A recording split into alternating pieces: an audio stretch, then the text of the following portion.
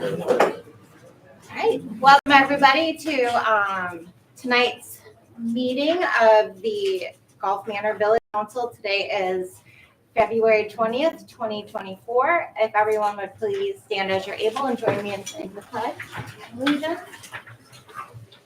I pledge allegiance to the flag of the United States of America and to the republic for which it stands, one nation, under God, indivisible, with liberty and justice for all. All right, and may we have a roll call, please? Ms. Brewer. Here. Ms. Cheney is absent. Mr. Fisher. Here. Ms. Crimer. Here. Ms. Nail. Here. Ms. Snyder. Here. Do I have a motion to excuse Ms. Cheney? I understand she will be here momentarily. Will she be here? Okay. Motion to excuse. I will second that. All in favor? Aye. Aye. Do we need a motion for the mayor? I do not believe we need a motion for the mayor. No. Excuse him. Okay. And then next up, we are going to set today's agenda. I know that we have a number of items that we would like to add to it today,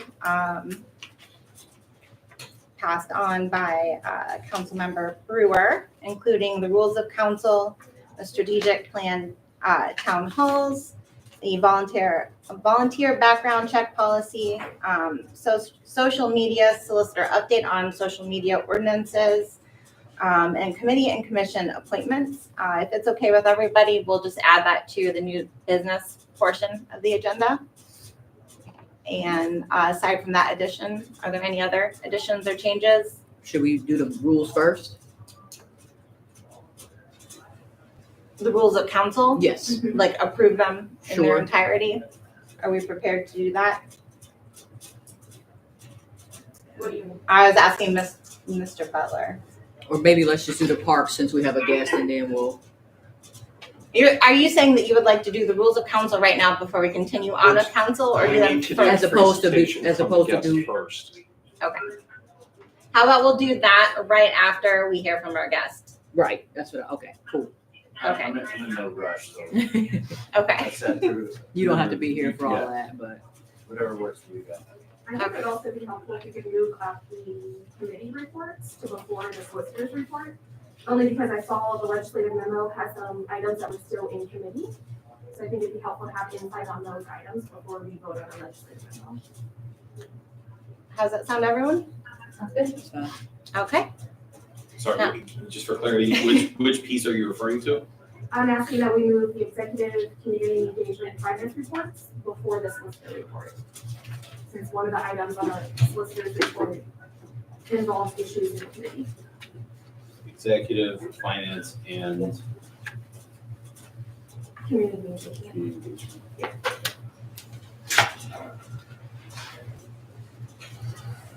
Okay. Now, will everyone please try to keep me on the agenda schedule since we have changed it a bit. I will certainly miss something. Okay.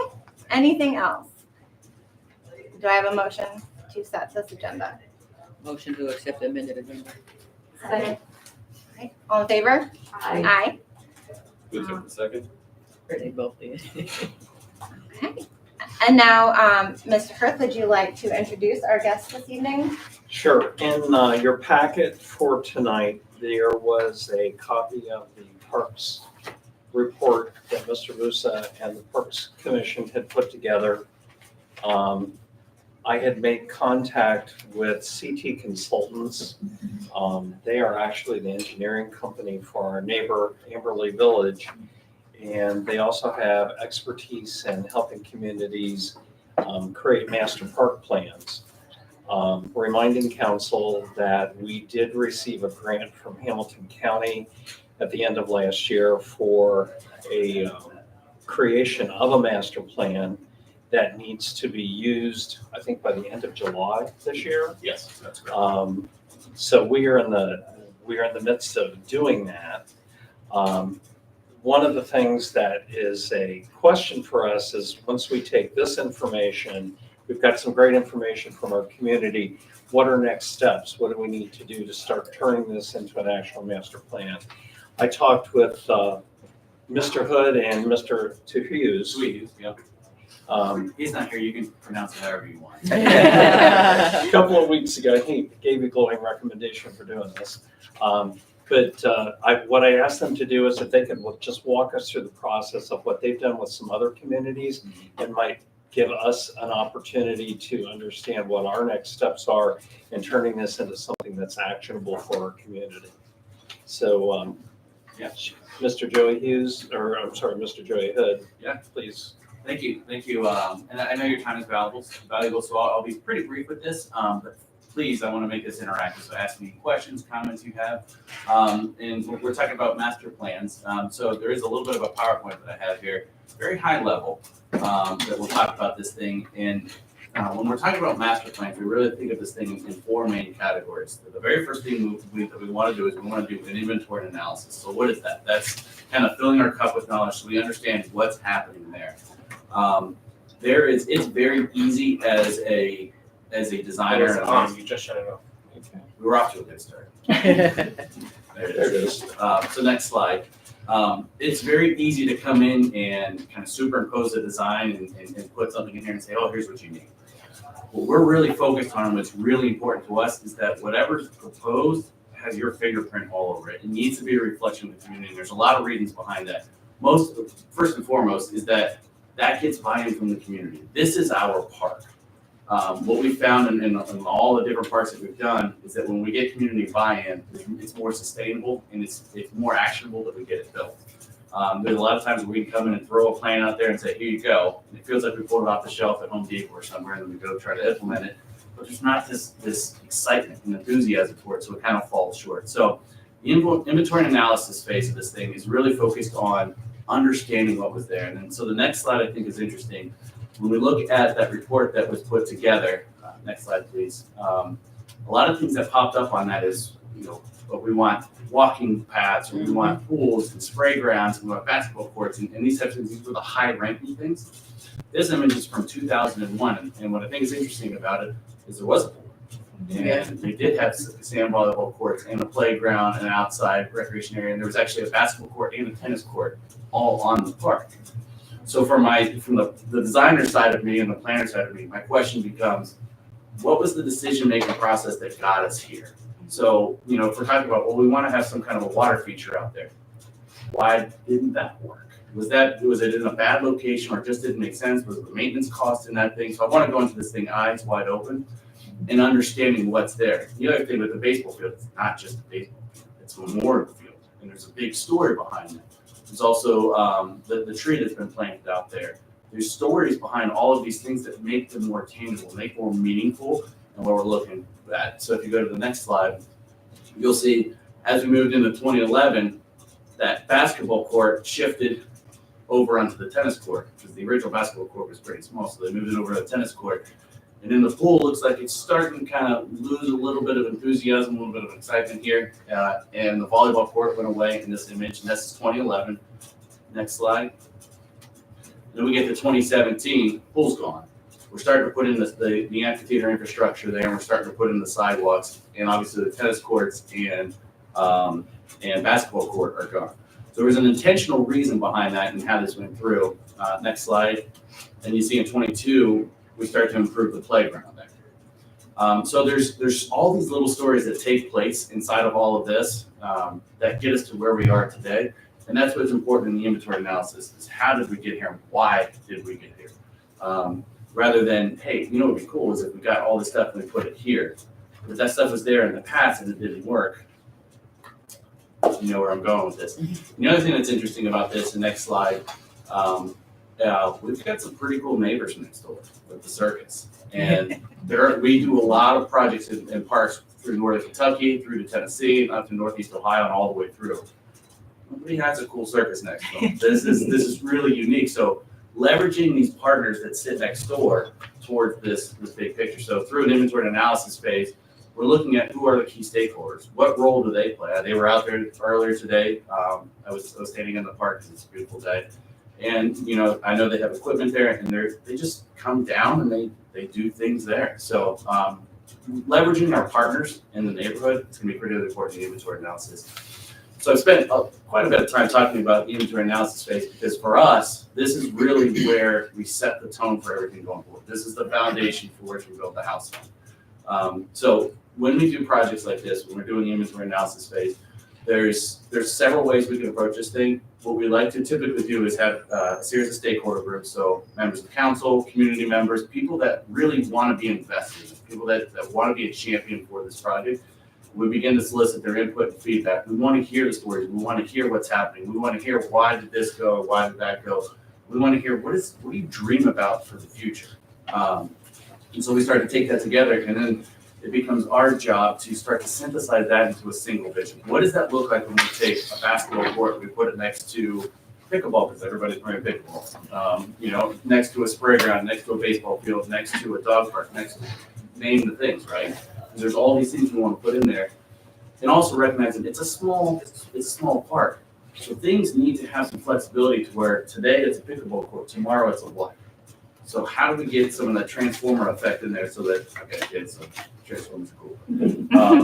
How do we get that dynamic nature of it to where when there aren't concerts there, what does that concert area become? What does that amphitheater area become? So we want to start to study those things and start to overlay them with the needs of the village. So once we've gone through the inventory and analysis phase, we typically jump into the next slide, the conceptual alternatives. And this is where we start to kind of look at how do we organize the house. So we know we want a kitchen, we want this, we want that. We get all these things, and we start to put them together in a series of plans. Those plans really become the first opportunity for council and the community and the stakeholders to look at it and go, that's what I'm looking for. And more often than not, what ends up happening is we go like that, like that, like that. Can we put all three of those ideas together into one?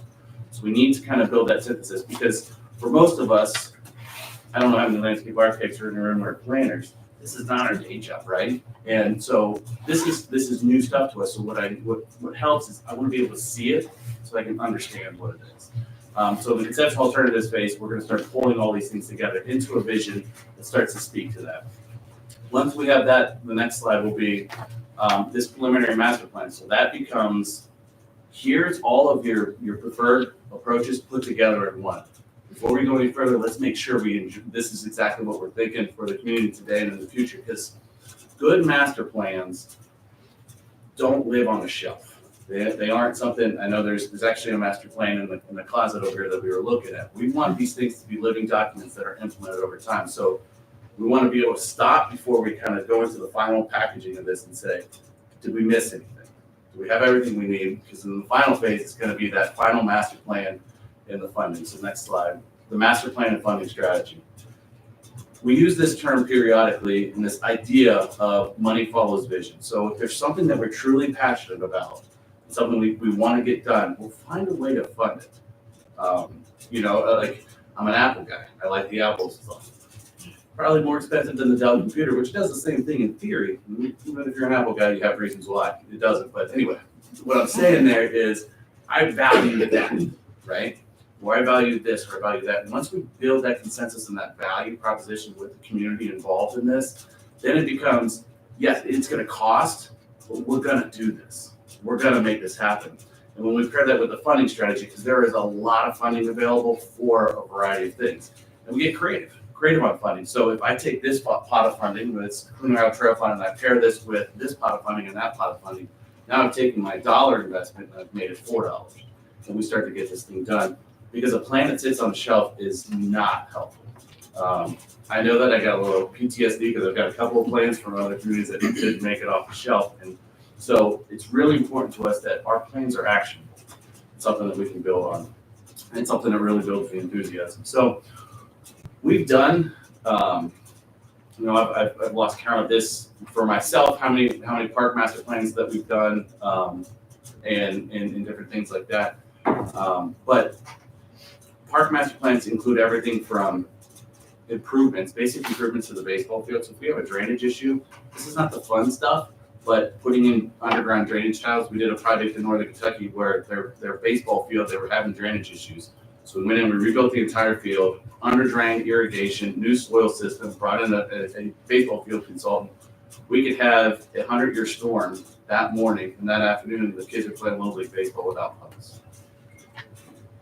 sidebar of that is it takes a lot of irrigation to keep the grass from dying, but it drains really well. So if that's a priority, you know, if having a really world-class baseball field right there is a priority, we can do that. Or if having a good baseball field and then spending money over here is a priority, we can do that too. But that all comes down to what's our final master plan, what's our funding strategy. So number of projects we've done, you can kind of click through these next couple of slides. You know, we've done park courses where you have the exercise equipment. You know, that's what I like about those is if done appropriately, they're engaging. They give people a reason to go there. I love it when they tell stories. I love it when there's an interactive element to it instead of just here's a piece of equipment in a field.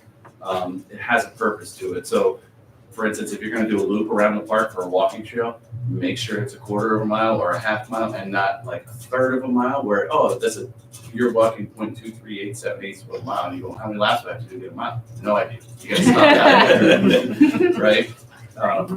So those little details are really important. That's what makes it engaging for people. Next slide. This is an example of, this is actually 3 different parks in Fort Thomas. That baseball field down in the bottom right-hand corner is the one I was talking about. These are 3 different projects.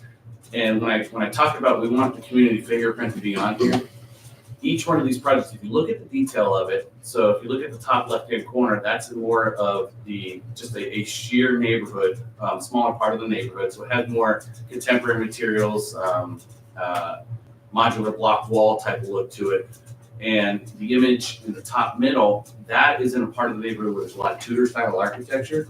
So that architecture starts to show up in the shelter. The shelters all look familiar. It's all shelters from the same community, but they need to have a unique fingerprint depending on the part of the neighborhood that they're in.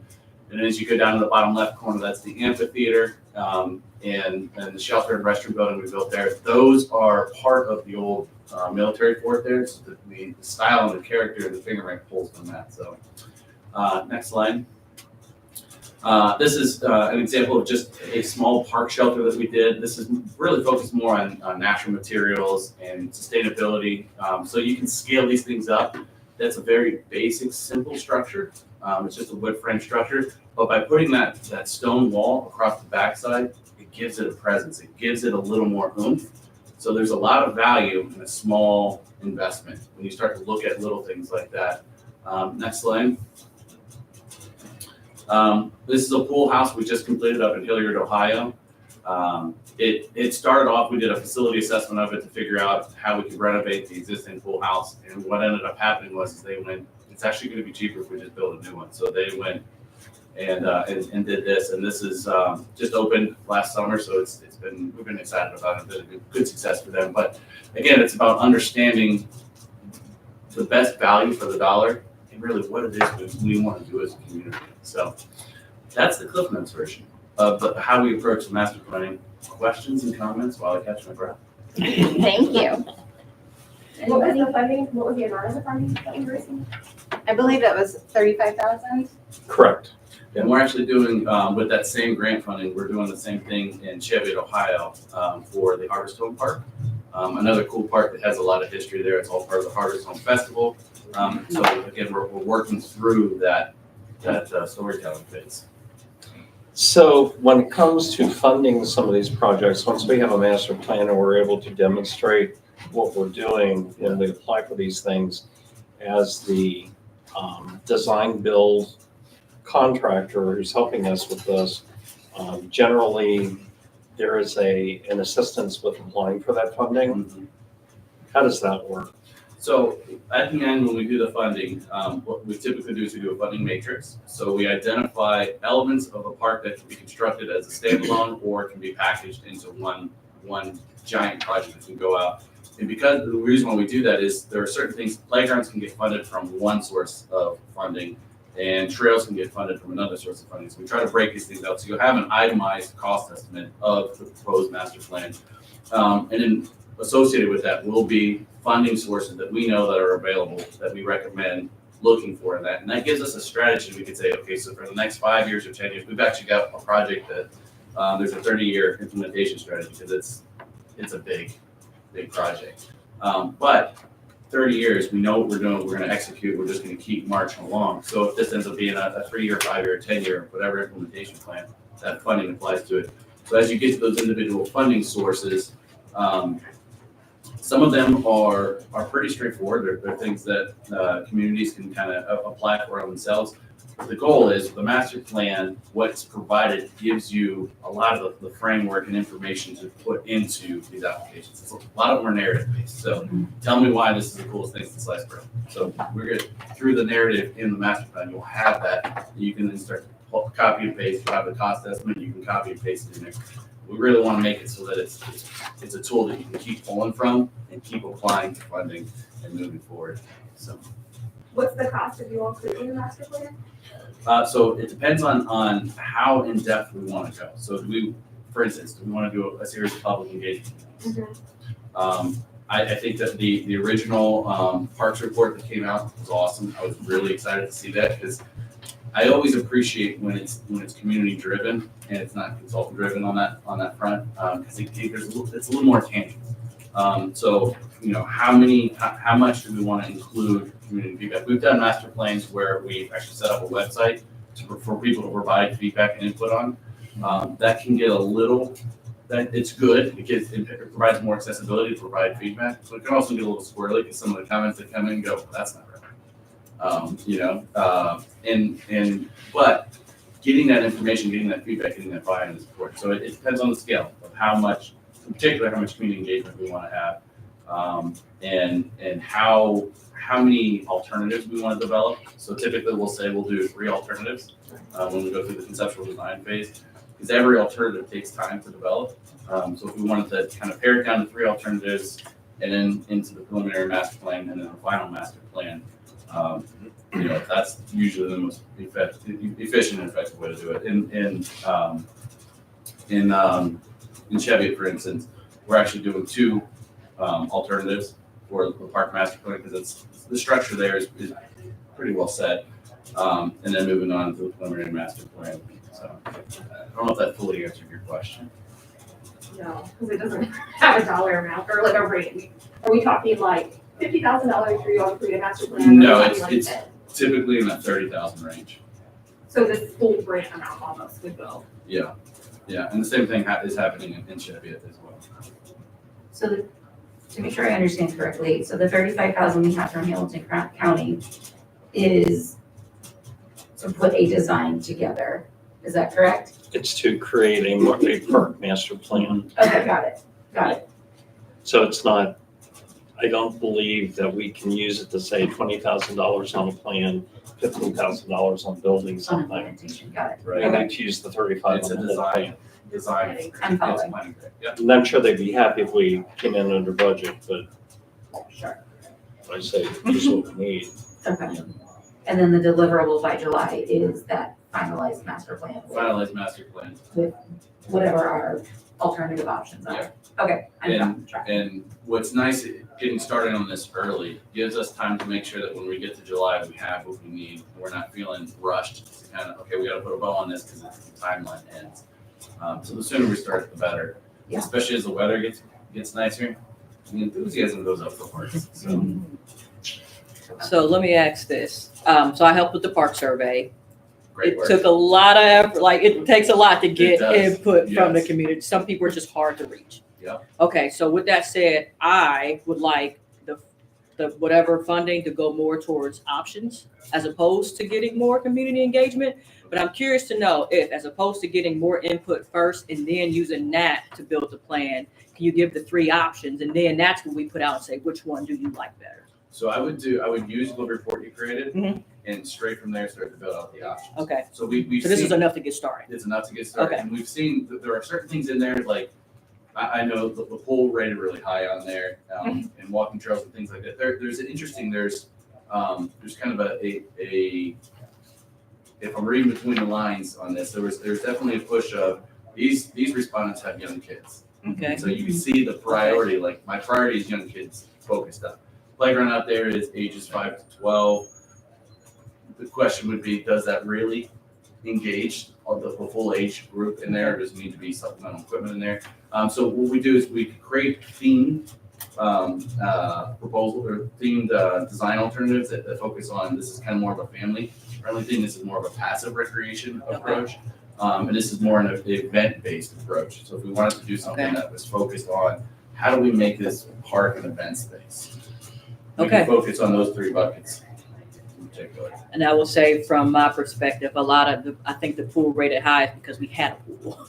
And so people are like, I really miss our pool. Can we bring our pool back? And it was just a lot of that to me. I was fortunate enough to work on Washington Park, and that pool was taken out. I remember that was a big Yeah. topic, very Yeah. contentious, very aggressive. The Ziegler Park pool being renovated was a huge win because it's just 2 blocks over. Okay. And then they put in the spray ground there, which for the city and their ability to maintain, that's another important topic, is how much can we maintain? Right. So it's with spray grounds, if you go with a recirculating system, that's one cost. If you go with a continuous water system, if the community has their own water, doing a system that just uses potable water the whole time makes sense. If you don't, having a recirculating system makes more sense. But then again, there's a cost to maintaining that. Every year you gotta shut it down, every year you gotta clean the chemicals. So if that's what we're passionate about, let's do it. But let's go in eyes wide open, and we're gonna have to maintain. And one mental note that is not on here, so it wasn't originally on the survey. But as we started asking for input, like the middle school boys and teenage boys, they want football. So I don't think that came in there. Like, Okay. I don't see that in the results because it wasn't an original option, but I know, like, even just leaving that green space where it can go between football or, I don't know if soccer was an option, but like interchangeable goal, whatever, like a big open space where the boys can run, like I feel like should be considered as So they well. want, It's on there. So if Is it young on there? people would Okay, like to good. see Opportunities to play football. Yeah, okay. 'Cause as soon as some kid wrote football, you started seeing all these stickers, like, we want football. yeah, Yeah, it was a thing, interesting, yeah. very interesting. I think it might have rated higher than basketball. Okay. I mean, whatever the results say are true, but that's just how I remember it. Cool, awesome. Any other thoughts or comments on?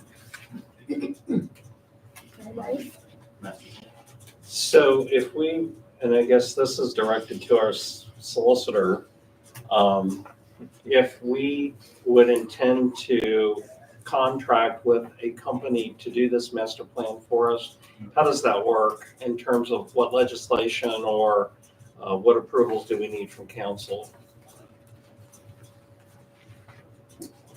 Rob? Rob, did you catch that? We turn the volume down on him.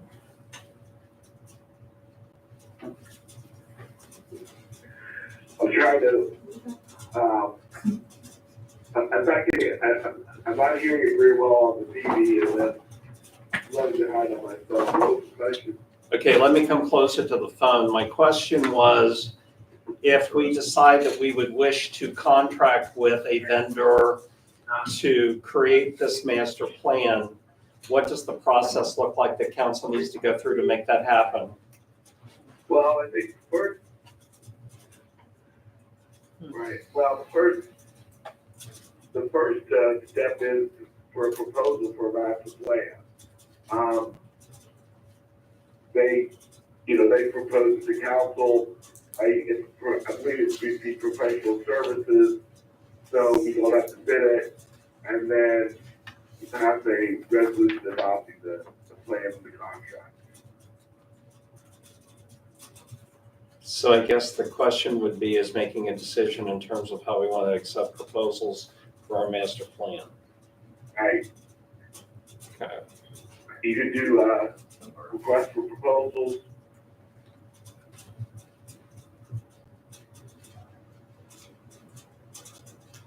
Do we have a typical RFP process that we can just follow for this? I didn't get that one. All right, I gotta figure out what's better for me here. Nobody. Hear that? Do we have a standard RFP process? No. No. I mean, RFPs are all different. It depends on the project, depends on what you're trying to do. Usually, the process of the administration creates it, oftentimes in conjunction with me, and then, puts it out, and we get the proposals, and then they're submitted to council makes the determination. Did everyone hear that? I'm sorry. I was asking if everyone was able to hear you. I did not. No, okay, Did you hear it? Okay. partially. We're having a little bit of difficulties hearing you, and I think You want on to your repeat end. it real quick, Rob? Rob, can you repeat what you said about the process? The process is, I can.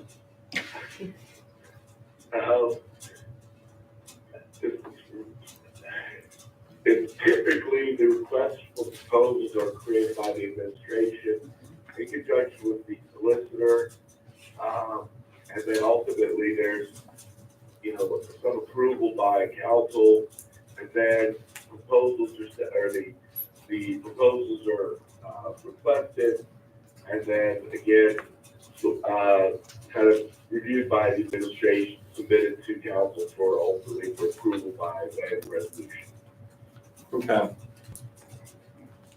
Thank you. Did everyone hear it that You're time? Yeah. I think so. You're welcome. It sounds to me like in the interest of time, like we're meeting now, our next meeting to be able to vote on something will be a month from now. Like just thinking through what the timetable looks like we're gonna have to move pretty fast. Mm-hmm. Is that fair, or is that March to July enough time? March to July is not time. Okay. It We, is. so we, in Cheviot, we have a existing contract agreement with them to serve as a consultant for them. So when they got the funding for this, it just rolled into that. We sent them a proposal. And then that proposal was signed. We already have a master services agreement with them. In this case, in other examples, we've just pulled together a proposal for council to review. So the traditional RFQ process, so request for proposal, in that you're gonna get more details here that you're gonna ask consultants for their fee to do work, but in that you wanna be very specific about what you're asking for, about we want a specific master plan for this. The other option is to ask for an RFQ, which is request for qualification. So you're identifying, is this firm qualified to do the work, and then you negotiate the fee. In this case, since the fee comes through the CDBG grant through Hamilton County, the funding's already available in there. So that kind of gives you the ceiling that you're gonna work within in this context. So really kind of the two ways that most people would do the RFQ or through a direct select in this context. There are limitations, and I don't know from a village standpoint off the top of my head exactly what it is, but there's a cost amount. It's varied. I know that some of the changes are happening. So it used to be in the 2025 range, now it's moving up to the $50,000 range, where anything below those numbers, then you can put it out to bid. It moved so quickly last year that I lost track of it. I could ask one of our engineers exactly what they know on that. That was all part of the concern they were having when they were putting projects at the bid. The prices were so wild that we were looking for a 10%, anything above 10% can't be awarded, and now they've moved it up to 20%, just because prices went nuts last year. So, Wow. for construction, so, no. Things are looking easier now. We've had a couple go out this year, and things look a little more mellow, but. That's good. Yeah, and I can share an example of that proposal letter with you, if that's helpful, so you can kind of see the language in there. I think that'd be helpful. Yeah, I'll send that over. Definitely. So my recommendation would be that council makes a motion to direct the administration to do an RFP for park planning proposals. Okay, I'll file that motion. Or, excuse me, I'll make that motion. Do I have a second? Second. All in favor? Aye. Aye. Thank you. Thank you, Mr. Hood. Thank Thank you you. so much. Do you have a card? Oh, I have one. It's like, oh, Last time I was here, I ran out. yeah, I didn't So now have I a direct got- contact now- number for you, Just got a so. whole bunch of cards, so I'll leave those here. Perfect. Interested in, Great, and I'll be in touch yeah, probably tomorrow. perfect, that sounds good. Awesome. Great, thank you so much. Anything else that I can help you with? I'm gonna slide out, otherwise. You can keep that if you need a flash drive. Do you need your drive? No, I don't need that. Okay, You can keep it. thank you. Thank you. Have a great night.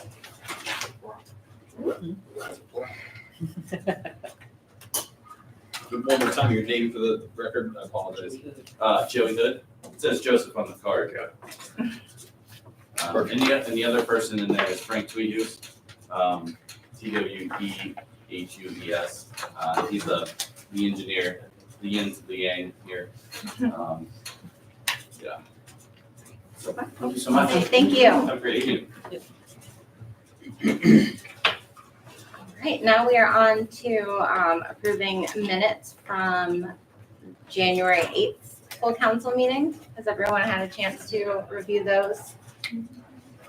Yes, the only correction I have is, the registered speaker from January 8th, the address is not Camel, it's Mayflower.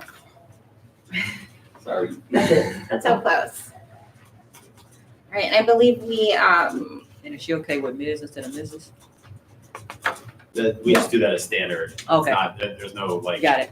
we okay. haven't ever really asked that, but basically I'm open to the. It's all good, all good.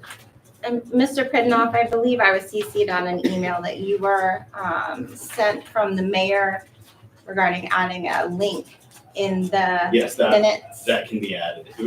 The way that it currently is set up is it is actually attached to the minutes. Okay, So all you'd have to do is scroll down and anyone who views the minutes would see that. okay, But and a link can be added to the online version so that can be clickable. That's not wonderful. possible. Thank you. All right, any other changes? All right, do I have a motion to approve those minutes? Motion to approve. I will second. All right, all in favor? Who took the second on that one? Oh, Sharon motion, Brittany seconded. Yes. All right, and then we also need to approve the minutes from council's working session on the rules of council from the 17th of January. I made the motion to adjourn, not Ms. Jamie. Okay, anything else? Do I have a motion to approve? Motion to approve. Second. Thank you. All in favor? Aye. You sign, please. Just here. Do I need to cross?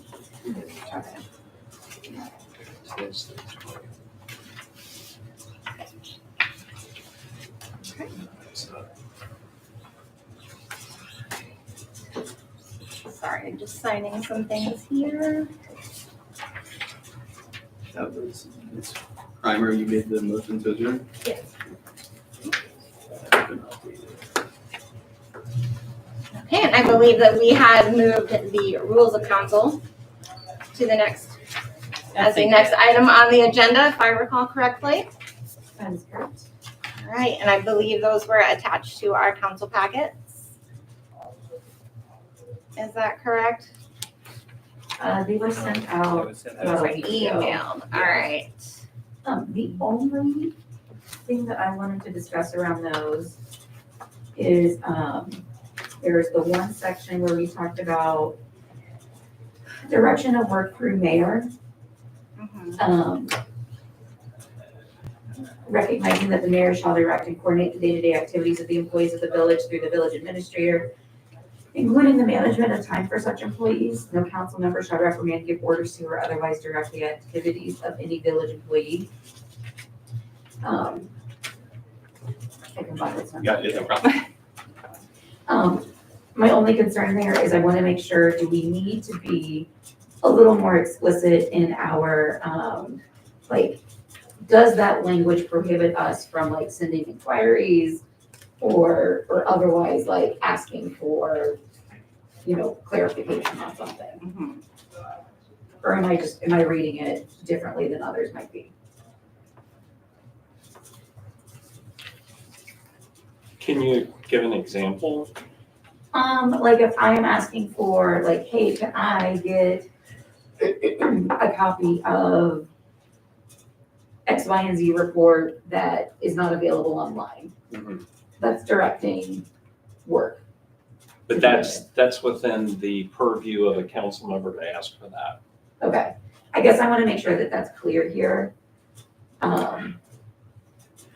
Because I could see where it is directing the activities. And maybe it's, I see what you're I saying. don't, Go ahead, Rob. I don't see a problem with that. I think the intention is to direct actual work, manner in which the work is done, specific work to be done.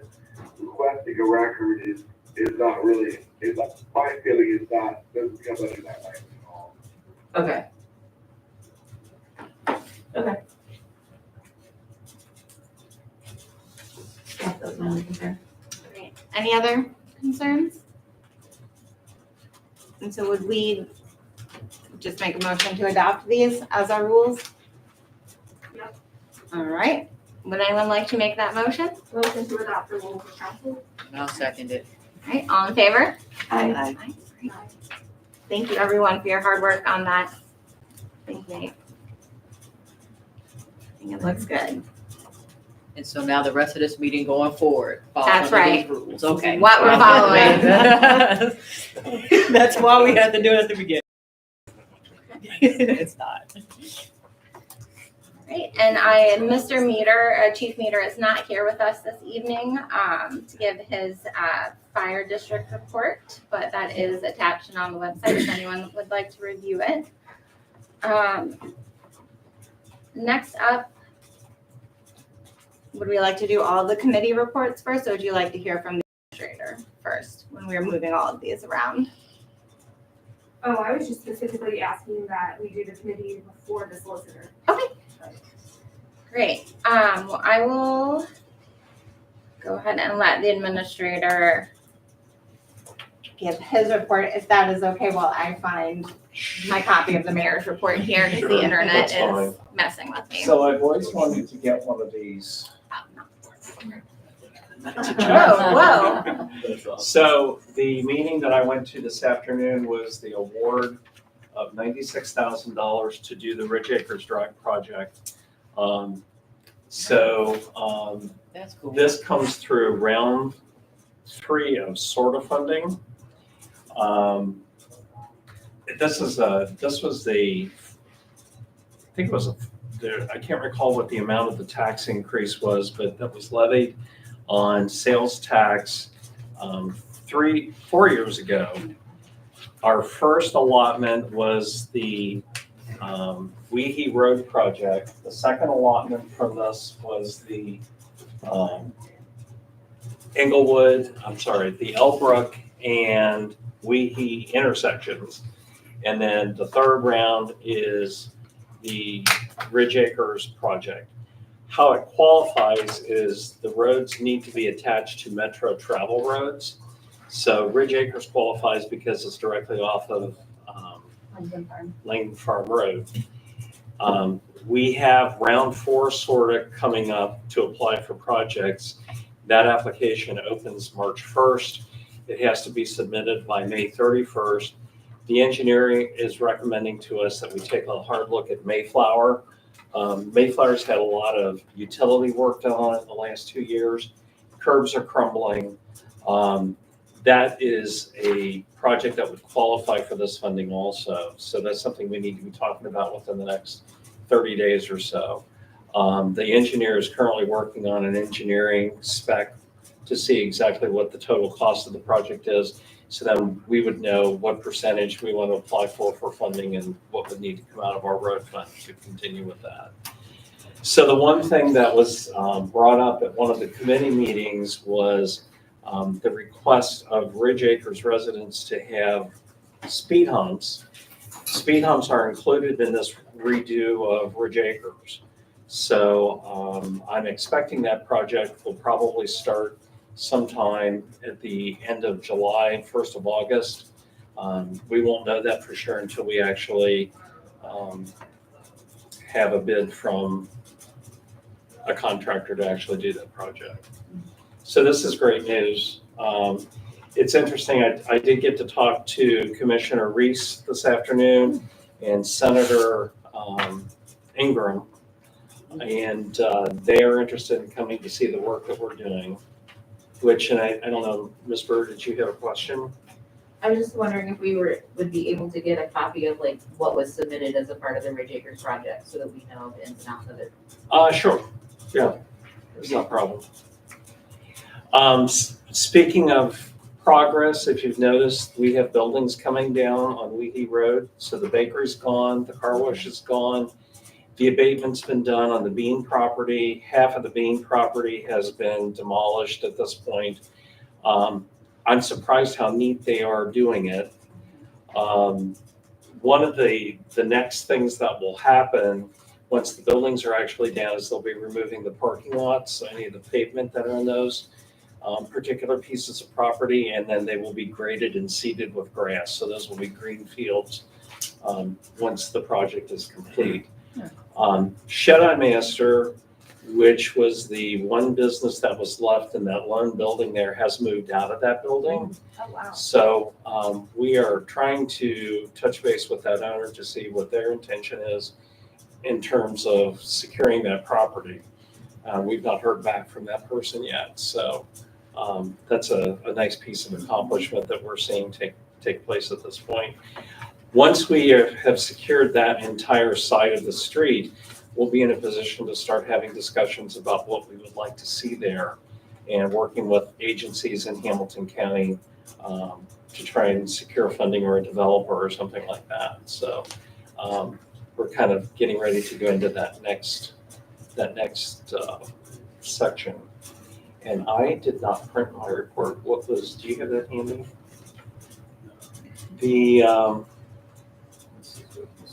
It's in that email I sent you.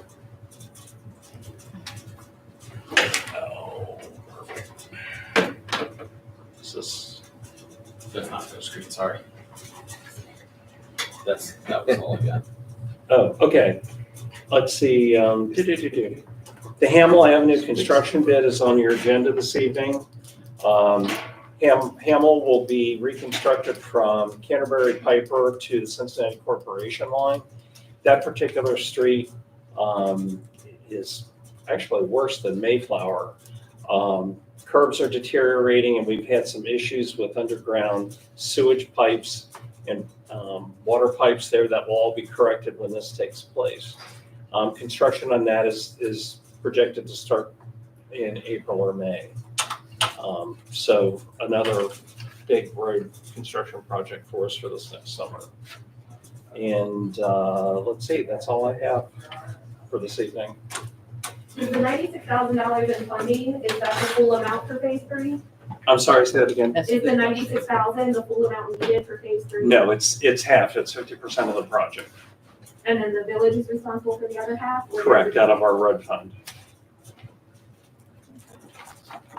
And Mr. Pridnoff has done a projection of expected revenues and expenses that will be taken out of the road fund for a 5-year period. Happy to share that. Any other questions over the village administrator's report? Actually, there is one more thing. I made a note here. So the mayor and I talked about this last week. There are a lot of different grants that are coming available that people would like to see us apply for. It's very difficult for Mr. Pridnoff to be on top of all of those grants at all times.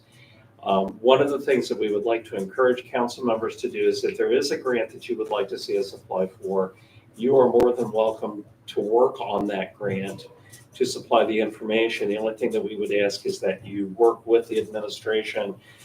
There are some boilerplate things that we would use, standard things with DUNS numbers and various information that are standard parts of grants. If you've done a grant before, we're happy to facilitate any of that. We actually need the help. So if there's anything that you see, I know Ms. Cheney has talked about a grant from Lowe's for park beautification. I know there's a couple of other grants that have come from a couple of other services. We're happy to facilitate that. We just need some help getting that done. And I should mention that we are still looking to fill the clerk's position. We've had several applicants. We've not found anybody that was suitable, that was within our budget. We actually did hire a part-time person who worked for 3 days, I think it was, and ran into childcare problems. So we've kind of changed our approach to what we're looking for that position. We're also considering to help with the budget, looking at having an assistant clerk type of person in that position. So we'll keep you guys informed as we continue to do the search. That role you're talking about is Paula's old role, correct? Okay, thank you. Is there an update on the RFP for the solicitor? I'm sorry, The RFP for the solicitor, do we have an update on that process? I do not for this evening. Back to grant applications and council members helping as they're interested. Are we able to have a shared drive or even just a shared folder that we can have access to for that boilerplate language that we'd like to use? So Ms. Brewer brought up the idea of possibly having a Google Drive that we can use. We share a drive amongst the employees on our system. We're looking in with our IT guy to see if there's something that we can open up for the council members to use. It would require installation of a VPN program on your personal computer and then having access. I should know something about that within the next couple of days. Unfortunately, Mr. Palmer has been out with a family matter, so that's on the agenda to try to get that taken care of. Awesome. Yeah, I know with, this will be in the community engagement update, but there was a small grant that we did apply for the Juneteenth celebration. It was very basic, did not require any of that information. It wasn't a federal grant or anything, so. But more to come. I think what we'd really like to see is everybody collaborating Yeah. and pulling information together, because every RFP is not reinventing the wheel, so. I agree. It even had come across my mind as like having, I know that there are residents in the village that have also worked on grants or do grant writing. That could potentially be a resource to use as well. Does that conclude your report? It does conclude my report. All right, and I have found my report. Here we go. All right, in honor of February being Black History Month, I'd like to read an article that Mayor Densmore posted a few years back on the mayor's blog portion of the village website. I say that, and now I'm looking for it. Would it be possible to just share it to the minutes? Is that okay with everybody? I don't want to shortchange. I mean, it's already been an hour, so I'm okay That with is true. that. We are an hour in. We did have a special presentation. Happy Black History Month. Wonderful. Then it will be perhaps put back to the forefront of the blog. We So, repost it. sure. Wonderful. Well, and that would be, if I can mention this real quick, if we have blogs out on the website, we need to keep them up to date. Mhm. One of the blogs, which has a prime piece of real estate on the front page of the website, hasn't been updated since 2021. And I think if we're going to have that kind of information out there, it needs to have a regular update. So I'm just bringing that up. I personally would like to see there be a council blog where, and I don't think the same person has to blog all the time, but each of you could take a month and write about something that's important to you and put it out in that particular section. It would show up in the main blog, and then it would have its own depository on the side under council blog. So that's something to think about, and I think that's probably something we should talk about in community engagement. Yeah, it is on the list. So, Wonderful. Yep. All right. Let's see. The mayor wanted me to announce a few things he did on behalf of the village this month, including meeting with Gabrielle Fletcher from the Holloman Center for Social Justice. The center is interested in collaborating with the village on a few things, including best practices for communication with our police department, things that they have worked with other municipalities with in the past. So he is going to be in contact and hopefully schedule something for us with them. Also, they are hosting the Urban Expungement Program. There are 2 information sessions, one on February 29th at 6 p.m. and one on March 1st at 1 p.m. This is at the Center for Social Justice on Reading Road. These will be available in the building. I think we'll be able to leave these on the table Correct. up front, and Yep. then I'll pass this around in case anyone else would like this information. And I'm sure we'll also be able to share a link to this event on the website. The mayor would like to thank former council member Lou Marks and our code official Jim Putoff for coordinating with the, I believe, is it Whitus family? Whitus family, making sure that Jim is appropriately recognized for all his contributions to the village over his years living here. A date has been set, I believe, with her. Yeah, it's if you need to access any sort of social services in the community, they have folks there that can help connect you to all of that and help you work through all the paperwork. Wonderful. I believe the administrator. Okay, set the 513 bus up again. Sure. Okay. Yep. Great. That sounds awesome. And I believe, and apologies to Mayor Densmore if I missed something, but that is all that I currently have listed in the mayor's report. Okay, now moving on to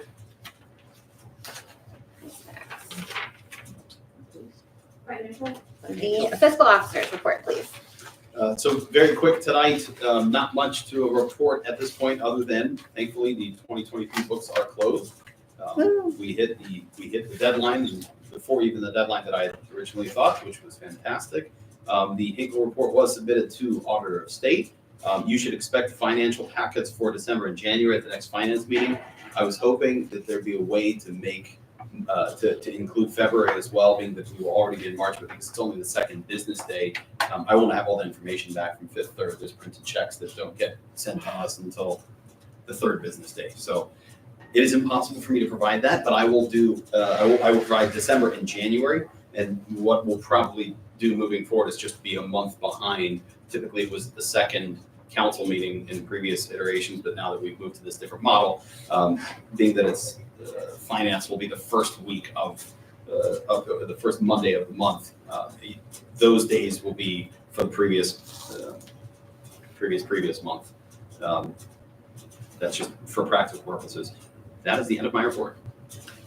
Thank you. Do you have any update on the property taxes? No, I've been digging. I've gotten information which I can't share yet, only because it adds to the confusion.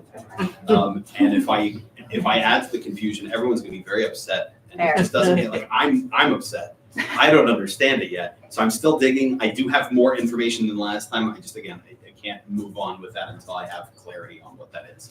So it should be positive, I hope. Any other questions for the fiscal officer?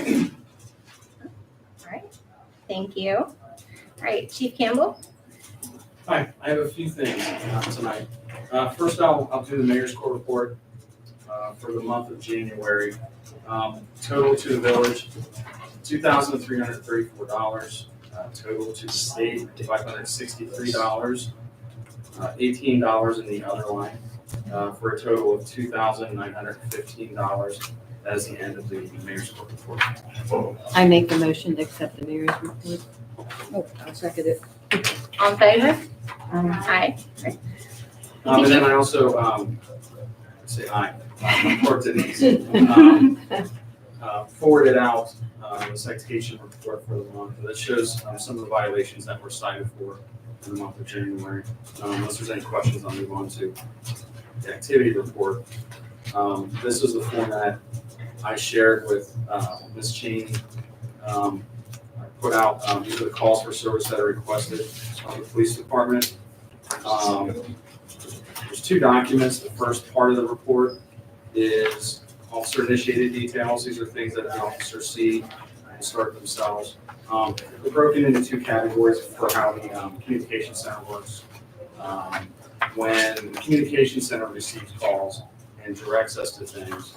We're billed for that. They've kept their bill very low for the last few years, so I'm happy for that. But so the first group, like I said, is the runs we go to, different types of things that we observe or initiate. There's 128 of those calls for the month of January. And then the dispatch calls. Like I said, those are things for such things as squad runs. The first page, I see missing child report, things like that, where people call for us. So those are a second category of calls. There were 181 of those. So for the month of January, the police department responded to 309 calls for service. If you had a chance to look that over, if you have any questions. You know? Does anyone have any questions for Chief Campbell? The only question I have is on the officer initiated report where it doesn't have a primary unit. Is that, what does that mean? Was there not, I don't understand that, I guess. Yeah, so this is a document that I received from the county. This is how they put it into their system. So depending on who's working, they know who's on. They won't necessarily click that box and add it. Just like the location.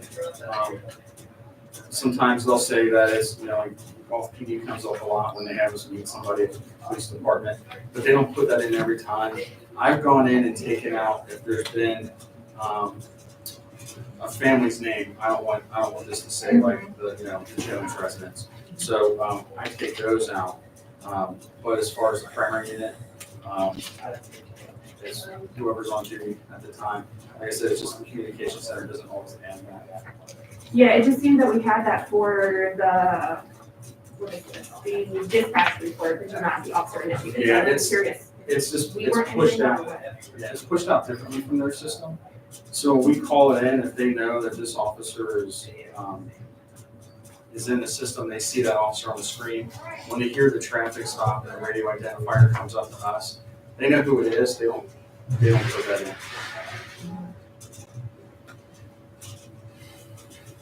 I will reach out to somebody and ask. Yeah, because I'd be curious, the same thing with the assigned, on scene, and closed. We have the dispatch initiated report has that a lot more detail. We don't always have that on the other side, so I'm just curious where those gaps are. Thank you for providing the report, though. Yeah. Yes, thank This you. is really helpful. Yes. Any other questions over the activity report? All right. And then lastly, I forwarded a letter from the U.S. Marshals Service. This is because of our participation in the fugitive task force called So Fast. Myself, Lieutenant Forrest, Captain Reed are assigned to that. I haven't been out with them for a while. Lieutenant Forrest has been very busy with them recently.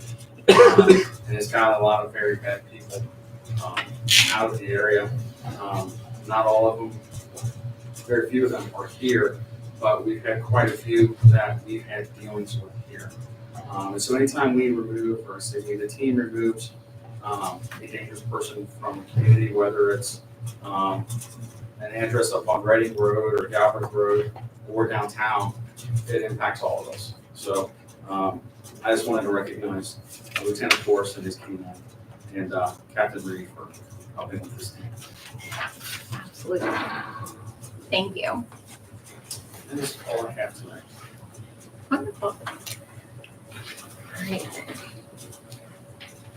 And so now we are going to begin with the committee report. So the executive committee report. Mr. Butler, I'm not sure you were on the phone with us when we moved some items on the agenda around such that the solicitor's report comes after the committee reports. Just so you know what's going on. Sure. Yeah, so we have had two executive committee meetings since our last meeting. We talked a couple of issues. A couple issues, one around landlord and tenant rights, we're gonna look into that and how the village may use legislation to enforce landlord tenant issues and how we might support tenants in their rights. Other issues that have come up is the police department has come to us, I think, a couple times. One was around a police Sundance purchase, the data management, we've talked about that and asked for cleaner reports in this council on what the calls are that our village police are going on, and they have asked to purchase software. I saw it in the legislative memo, but I do have questions around why we have a legislative memo when executive council or executive committee is still having that conversation with the police department. And other issues that we've talked about are the RFP for the solicitor and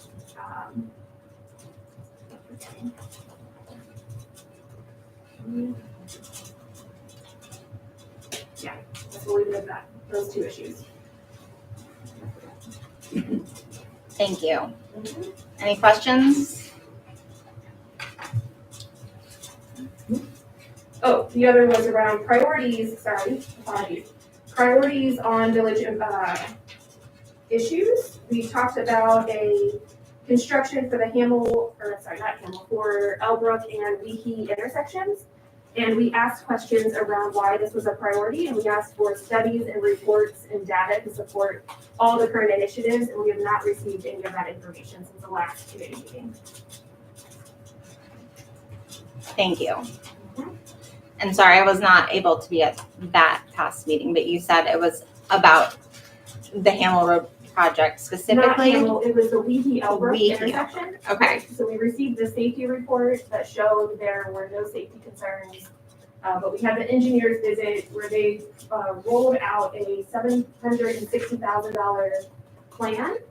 And what we as committee members had asked for is where are all the studies, the reports, the data that show why that was a priority and why that was phase 2 versus or whatever versus Ridge Acres or any of the other initiatives that we've heard from the community. So we asked for information on standard operating procedures for the village. We asked for all the studies of current projects, any reports, any plans, so that we are better informed as a committee to make those decisions. And we still not received that.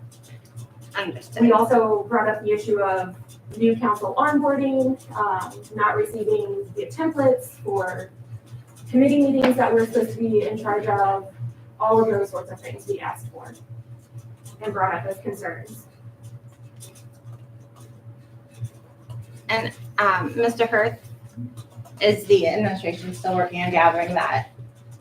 I'd like to have a discussion with Ms. Creamer out of the meeting about some of the things that were requested. And I'd like to be clear on how we are able to communicate with council members other than writing emails to each other. I think we function best being able to sit down and have conversations about things, and I've not found that to be easy to do. So, and I'm sorry, I didn't realize there was additional documentation that you wish to have on the road project. I thought the presentation was pretty concise, but I'm glad to go into more detail for you if you'd like. Well, I think it's not just for me, it was for the committee. We asked for these documents. And I thought that was I'm really speaking to clear. you as chair of the committee. Okay, well, and I also think that as part of our rules of order, we also asked that we have email communication, so it's clear and transparent.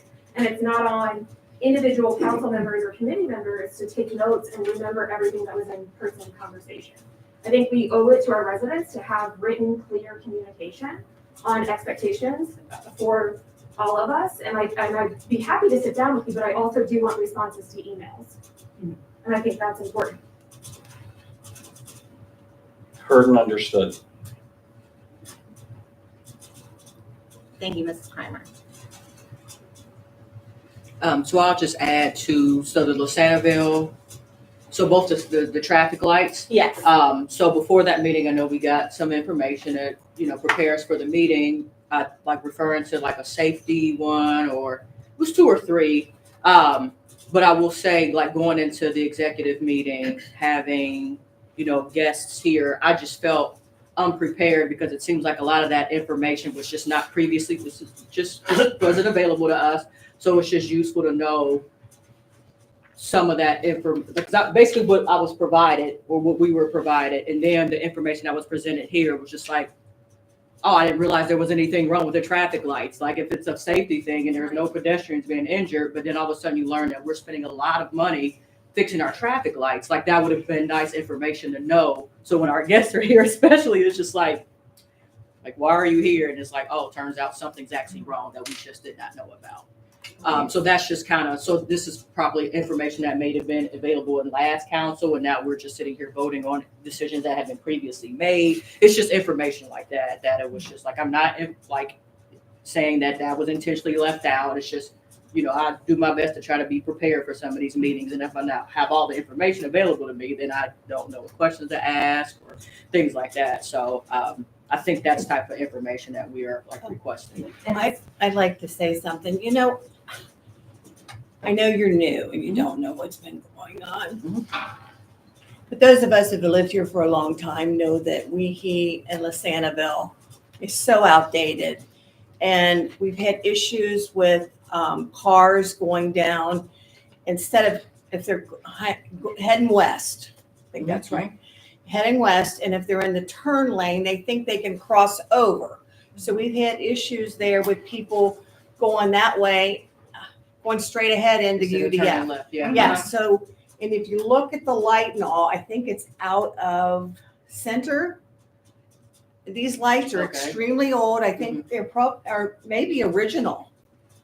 And so you understand is, we're not to code anymore. And so we need to address that area. And it's not just replacing the lights. I think they're changing the curb area and making everything nice and smooth. And we're not to code at the school. And I can tell you that from being on education and all, that state of Ohio demands that you have lights, school lights Like at they're breaking every and slow school. down. Yes, on both sides. So we need to add those too. So I think the whole thing is, you guys are new. You weren't here when we were doing all this discussion before. And I'm sorry it happened, that you don't understand. But, I'm not trying to be accusatory. It's just like you see, I just want to say, Just for the future, they want to make sure that we have the information. Right. Yeah, Right, you want us to vote on $1 million project and Yeah. we're reading something that says right, it's not a problem. I It's understand just that, but I like, wanted to give you some background Right. on that, We're why not- it needs to be We're done. not here to re-debate the Weehee project. Like, that's Yeah. not what this conversation is about. It just so happened that project brought to light that we don't know what we don't know. Yeah. Yeah, And we are Right. reliant on that information being passed down to us in some way, shape, or form, and that has not happened. and I don't think we So, even thought of that. correct. That's fair, So, right. and that's fine, but what I wanna make sure is that we are taking that step and making it a big priority, to get us up to speed, because these are not our full-time jobs. Right. We don't have the time to go back into the archives to look for all of this information. We need that provided to us, and it should have been handed to us on day one of knowing that we were going to be sitting in office, or in some time prior to that executive meeting taking place, prior to a presentation coming to us asking Yeah, for our yeah. vote. Because we were not able to make informed votes on that. And so that's what we are asking for, so that we have a complete picture of what is going on rather than piecemeal. What are the current projects that are outstanding? What are their funding sources? What is the village's commitment to that? Whether, we get a 96,000 grant, but we have to, come up with half of those funds. We need to know those kinds of details so that we are making the most informed decisions possible. Absolutely. So let me ask you, a presentation like we did this evening with the park folks, is that appropriate or was that not appropriate?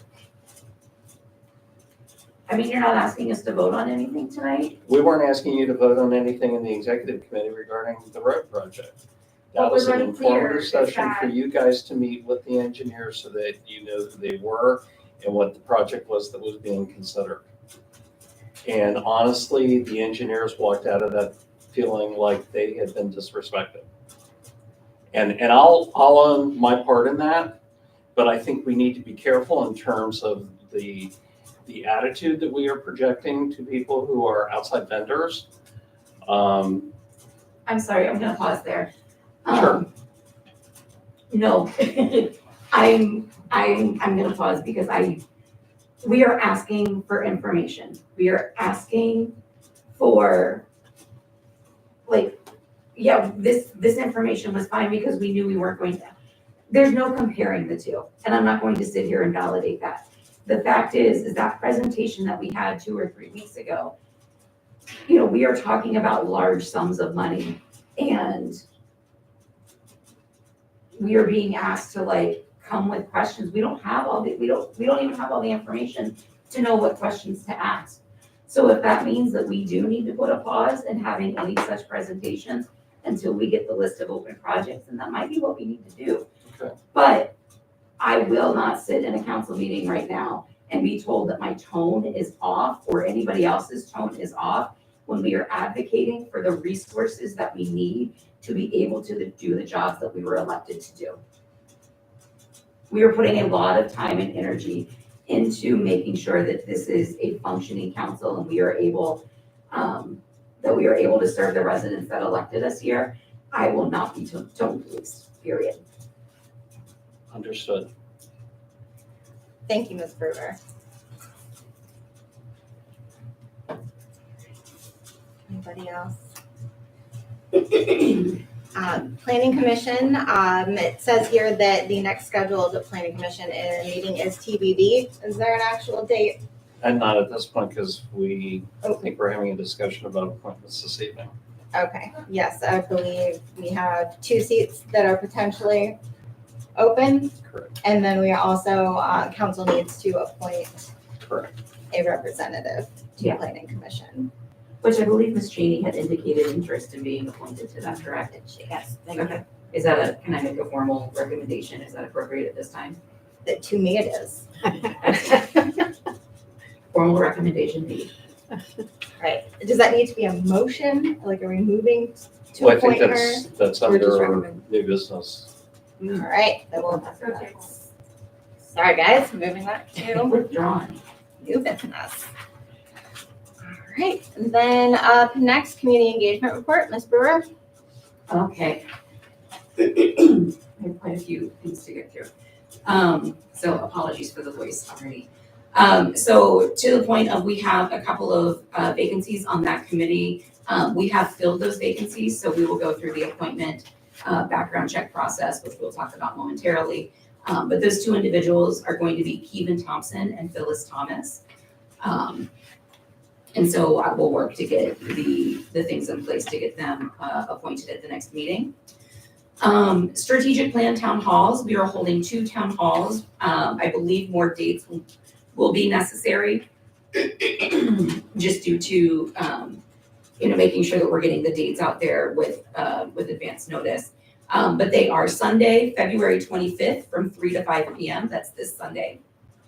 And then Wednesday, February 28th from 6 to 8 p.m. In those sessions, we will, we will be breaking down portions of the strategic plan and asking for input either in multiple variations, whether it's a survey that's completed online, on paper, the DOT survey that was done during the park survey. So many opportunities to kind of, have discussions with people. We do request that council members are there for this meeting or for these sessions as your schedule allows. And so that we can each take a piece of the strategic plan. We may have to double up just depending on how the numbers shake out. But just so we can kind of serve as like subject matter experts for that particular component of the strategic plan.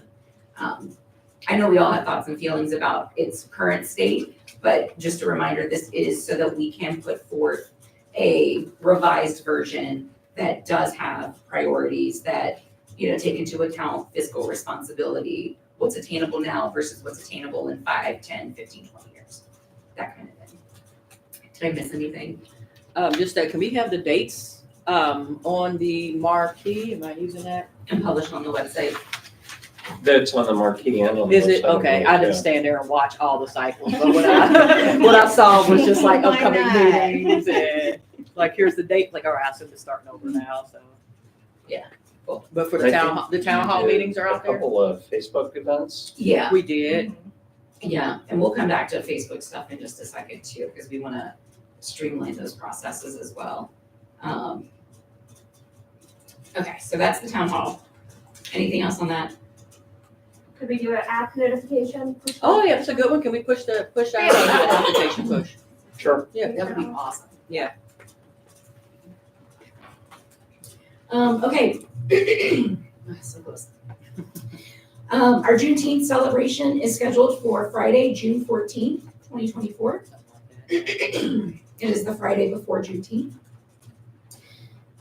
We did apply for a grant through Hamilton County. It is the community event-based grant.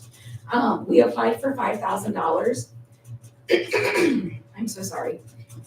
Basically to, If you're running low on water, there's Read water behind you. whatever. yeah, basically to cover the cost of basically what we no longer have through, or what we are no longer working with Go Golf Manor and other previous council members. This would provide a budget for us to hire a band or a DJ and pay people for their time and effort and expertise. It would also allow us to purchase point of sale equipment that we can then reuse for subsequent events. So Eric, I will need to get with you on just logistics and like what's feasible, what's not within like accounts and transferring things and stuff like that. So yeah, and then additional marketing and things like that were involved in that grant. We do have a planning committee for that. The next meeting for that planning committee is going to be Probably following. following the community engagement meeting in March at 7:00 or whenever that meeting ends. The Cincinnati Pride Parade is Saturday, June 22nd. We do have a space for Golf Manor to participate in that. So more info to come. There is already an event out there on Facebook for it. And so that will be reshared for the broader audience as well. We Thrive. I did meet with Tim Fry of We Thrive. The Neighborhood Navigators application closed this past Friday. We have 3 potential applicants, which is awesome for us. Yeah. It does include a stipend that would go back into the community. They did talk about potentially having 2 navigators that would maybe split that stipend. It has not been finalized or anything like that. So, just depending on what we have, and who was applied and what their commitment would be. We did discuss incorporating the We Thrive team into community engagement or the Recreation Commission once it is fully established, just so that it does have the full support of council and those resources and a committee behind it, so that which is similar to what some other municipalities do as well. It doesn't have to be its own standalone committee or meeting. There is a new contact that will be introduced very soon. I think she starts maybe this week, as Tim is moving to Cleveland. So also super important that we are showing the new neighborhood navigators that they do have the support of community engagement, especially during this time of change with new faces and names coming on board. And then last thing for We Thrive is there is a learning collaborative on March 12th. It is focused on community and family engagement. There is an opportunity to attend in person, which I will be attending. And then there's also a Zoom option as well. It's up on, I think it's up on Section Road perhaps, so not that far from here. As Brittany mentioned, for the executive committee, we are also working with a couple of offices regarding rental properties and tenant rights. We have spoken with Virginia Talent, who's the assistant city manager for the city of Cincinnati. And she also has a lot of background and experience in tenant rights. So we will be working on getting some resources and perhaps doing either a town hall or a community session or something like that, to where the folks from Ridge Acres or really any renter in the village is able to come and have resources available to them. And that's in addition to the Legal Aid Society. There's a contact there that we are going to coordinate with as well. And then the last thing I had for community engagement, so out of my meeting with Tim Fry, we did talk about the potential for food access and distribution. There is an individual, Tony Staubach, he is with Hamilton County Food Waste he's the Hamilton County Food Waste Diversion Coordinator.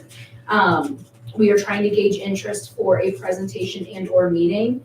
I did say that I would offer it up to full council if all of you are interested, and we would have quorum, then we would need to make it a presentation that he does in our meeting. Otherwise, you know, if one or two of us want to meet with him, I am happy to coordinate just that one-off meeting as well. So I will let y'all tell me how we'd like to proceed. You'd like to be there? Awesome. I know I would be. All right, well, that's 3 of us, 4. All right, then we'll try to get him coordinated for the next council meeting in March. Wonderful. And we'll go from there. That is all I have. Okay. Thank you. Any questions for Ms. Brewer? All right, thank you. All right, Finance Committee report, please, Mr. Fisher. Yes, finance met twice. January 22nd, we discussed the end of the year closure report, and even more, we discussed the fleet that we have with all the vehicles and which vehicles are getting ready to end of life and how we would start to put in a proper plan of switching them out in an orderly fashion and how we go about that. We left it a little open-ended, and we're waiting to hear back from administration on the next further steps that we can recommend to council. On our second meeting, that was on February 5th, we spoke about the renewal of the 7 mil that was coming up, and that brought us to the conversation of a lot of confusion of what's going on with our taxes. In short, our taxes, for some odd reason, is getting cut from what's going to the village is cut, and more of it's going to the school district, and we're trying to figure out why is that happening to everybody. Every single person's percentage switched over, and we want to know what happened. And on that, Eric has been working, and hopefully sooner or later he'll have clarity, and somehow if we have the power to do something about it, we will. We also had a conversation regarding the police department wanted to know if they would be able to get a budget to move the offices up to the upstairs, and we took a tour of it, and we are waiting to hear more numbers from them and concrete plan before we could give a recommendation either which way. That concludes my report. Thank you. Any questions, Mr. Fisher? I think Jim Putoff sent out something within the next day or two. Did you not receive that?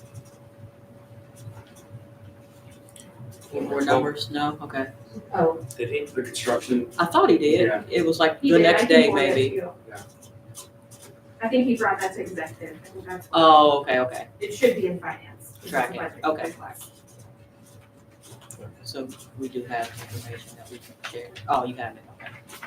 We'll discuss it. He brought it to executive, correct?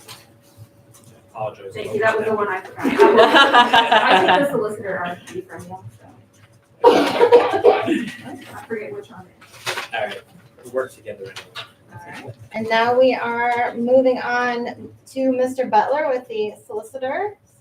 I think he's gonna have me do it. Oh, so he I'm doesn't have to sorry. Speak as much. Now, thank you, Vice Mayor Snyder. Yes. Tonight we have 3 pieces of legislation, an ordinance, and 2 resolutions. I suppose they've all been reviewed and provided to everyone.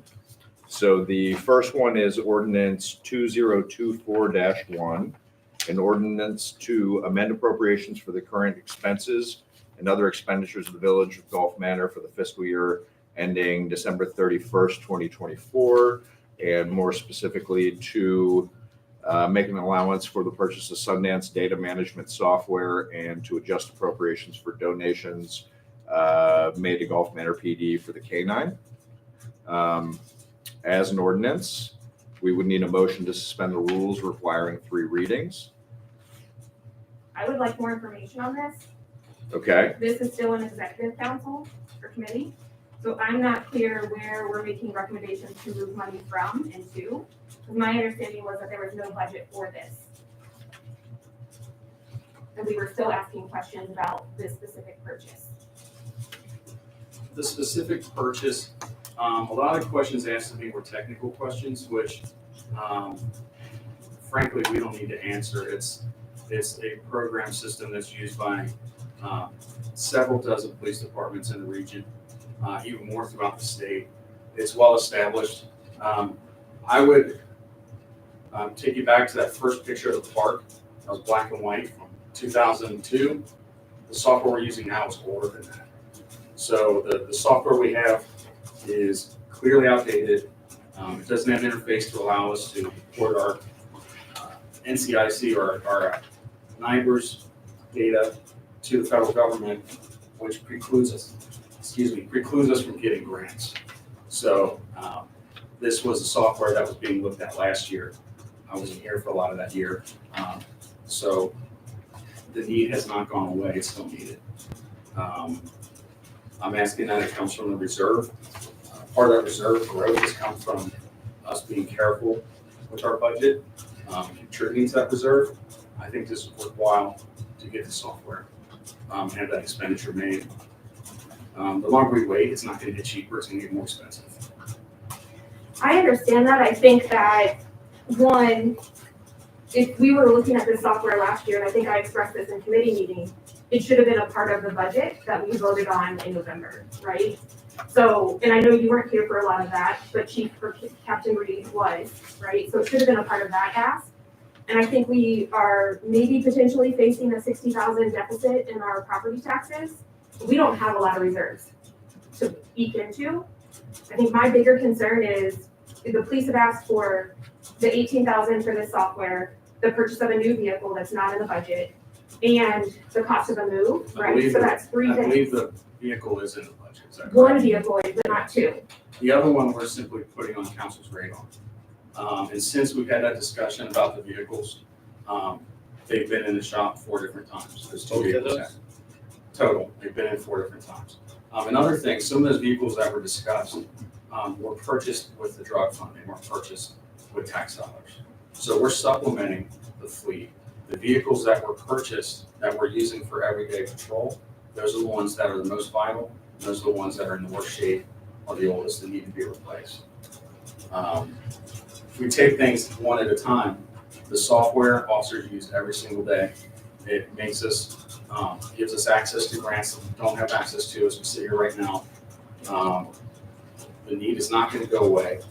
I don't think it makes sense to wait an entire year to rebudget for that. I guess my second question is, why is it a legislative memo and not a waiting for executive committee to make a recommendation before we ask for this? I can't Why did speak. you circumvent the executive committee since we were having these conversations? I can't speak to how rules of council work. I'm just making requests for my department on things we need. So my understanding is you're saying that you feel this conversation is still in executive and you're wondering how it got on Correct. into an actual piece of draft You didn't hear a legislation. report from me asking that we recommend funding Correct. this. So if it was in a conversation of executive committee, why is it now a legislative memo if we are still having this conversation? And we have not made a recommendation. Would anyone else like to express how they feel on this?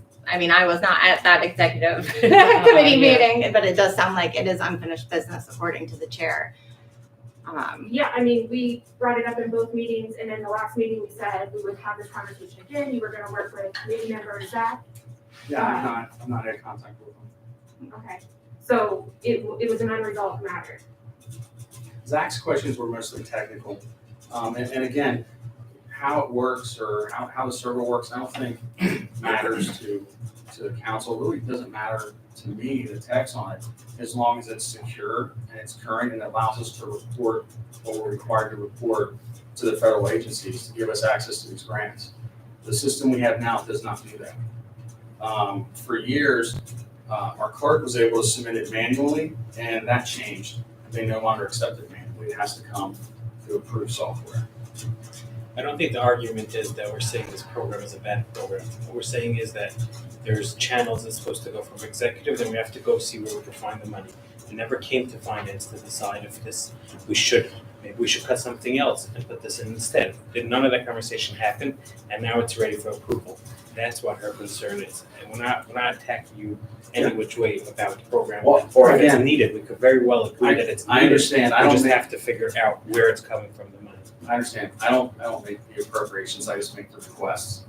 I'll defend this request. This is something we need. I believe our reserves are over $1 million. This is something we need. I missed a lot of the conversation last year. We were looking at 2 different softwares when I had to step aside for a while. And since that time, Sundance has shown to be what we need. Like I said, what everybody else is using. And I think if you ask for the cost versus the benefits of being able to apply for certain grants that pay for officer salaries, it far exceeds the cost of what the software is. It also makes more efficient use of the officer's time. Can we get an answer to the question of how it appeared as a legislative memo? It's in the appropriations this evening as a matter of housekeeping, so the funds are there when it comes time to appropriate them. If you wish, we can withdraw the ordinance. I guess from a procedural standpoint, I think that I don't know that answers the question of if it's not coming out of finance or executive as a recommendation to make it, how does it get there? Am I, I understand what you're That makes asking. sense. I understand your Yeah. question. Yeah, I don't know you're the asking answer a to good it, question. but I Yeah. understand what you're asking. And thank you for repeating that. I'm not sure we're prepared to discuss that question at length at this time. Yeah. But how would the council like to proceed with this? Would you like to? I think we can proceed with a reading, but I would not be comfortable suspending the rules. Okay. Anybody else? Would somebody like to make that motion to read? I'll make the motion. And is this a motion to read by title only? Is that what we No. need first? No? Only if you want to read by title only. If you want the entire thing read, Oh, I need a don't- motion to read it. I would Okay, By appreciate title that. only. Oh. You would appreciate the whole thing read? Yes. Okay. okay. Ordinance number 20, Can I have a second? Second. All right, all in favor? Aye. All right, thank you. ordinance number 2024-1, an ordinance to amend appropriations for current expenses and other expenditures of the Village of Gulf Manor for the fiscal year ending December 31, 2024. Whereas council previously did adopt ordinance 2023-16 to appropriate funds for the fiscal year commencing January 1st, 2024 and ending December 31st, 2024. And whereas the administration is recommending changes to the 2024 appropriations in order to make an allowance, no, it was by title only. No, you wanted the entire thing. Excuse me. In order to make an allowance for the purchase of Sundance database management software for the Gulf Manor Police Department, as well as to adjust appropriations for donations received by the Gulf Manor Police Department for the K-9. Now therefore be it ordered by the Council of the Village of Gulf Manor, Hamilton County, Ohio, that Section 1, effective immediately, to provide for the ongoing expenses and other expenditures of the Village of Gulf Manor for fiscal year 2024. The sums detailed on the attached schedule are hereby appropriated as if schedule is fully set forth therein. Section 2, the ordinance shall take effect the earliest opportunity is allowable by law. Would have been passed 20th of February 2024. And then attached, if you've seen it, are the budgetary numbers. Thank you. Discussion? Where would we be pulling money from The reserve, that's their money, ask and answer. I'm following, okay. Do we have a motion to Alright, table So this? I can provide a little bit of clarity on that. That's the Sundance portion, which again, this doesn't spend the money for Sundance. This just allows the police department to spend that money at a point when it becomes whatever, again, if that goes through committee that decide that decision is made.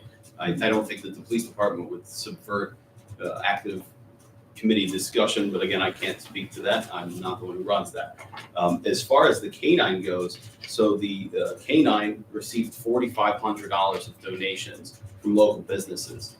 And those local businesses, it's very nice that they want to give us the money, but the police department is not permitted to spend that money without council's stamp of approval, so to speak. Meaning that money cannot be spent for anything else. That's earmarked to the fund that it goes into. Code is 2908. That's for the Public Safety Appreciation Fund. So that money is just sitting there in that bank account, so to speak. You can see that on page on page 19. That's the last page of the legal memo. The line there again is 2908 Public Safety Appreciation Fund. So you'll notice the budget year estimated receipt that was increased to $4,500. Again, this is a summary for those of you who have sat with me for much. I think we're overdue. We need to sit down. But for everyone else who sat with me and gone through these numbers, this is just a summary of all of the line items. On this one, it's a little easier to do. But as Ms. Brewer indicated, the only place where there is availability of funds to spend for a program like Sundance would be from the general fund. So again, the approval for use of these funds doesn't mean that the funds are spent. It just means that the funds are able to be spent when that decision has been made. So again, I'm not saying one way or the other. I'm just saying that's the purpose of this legislation.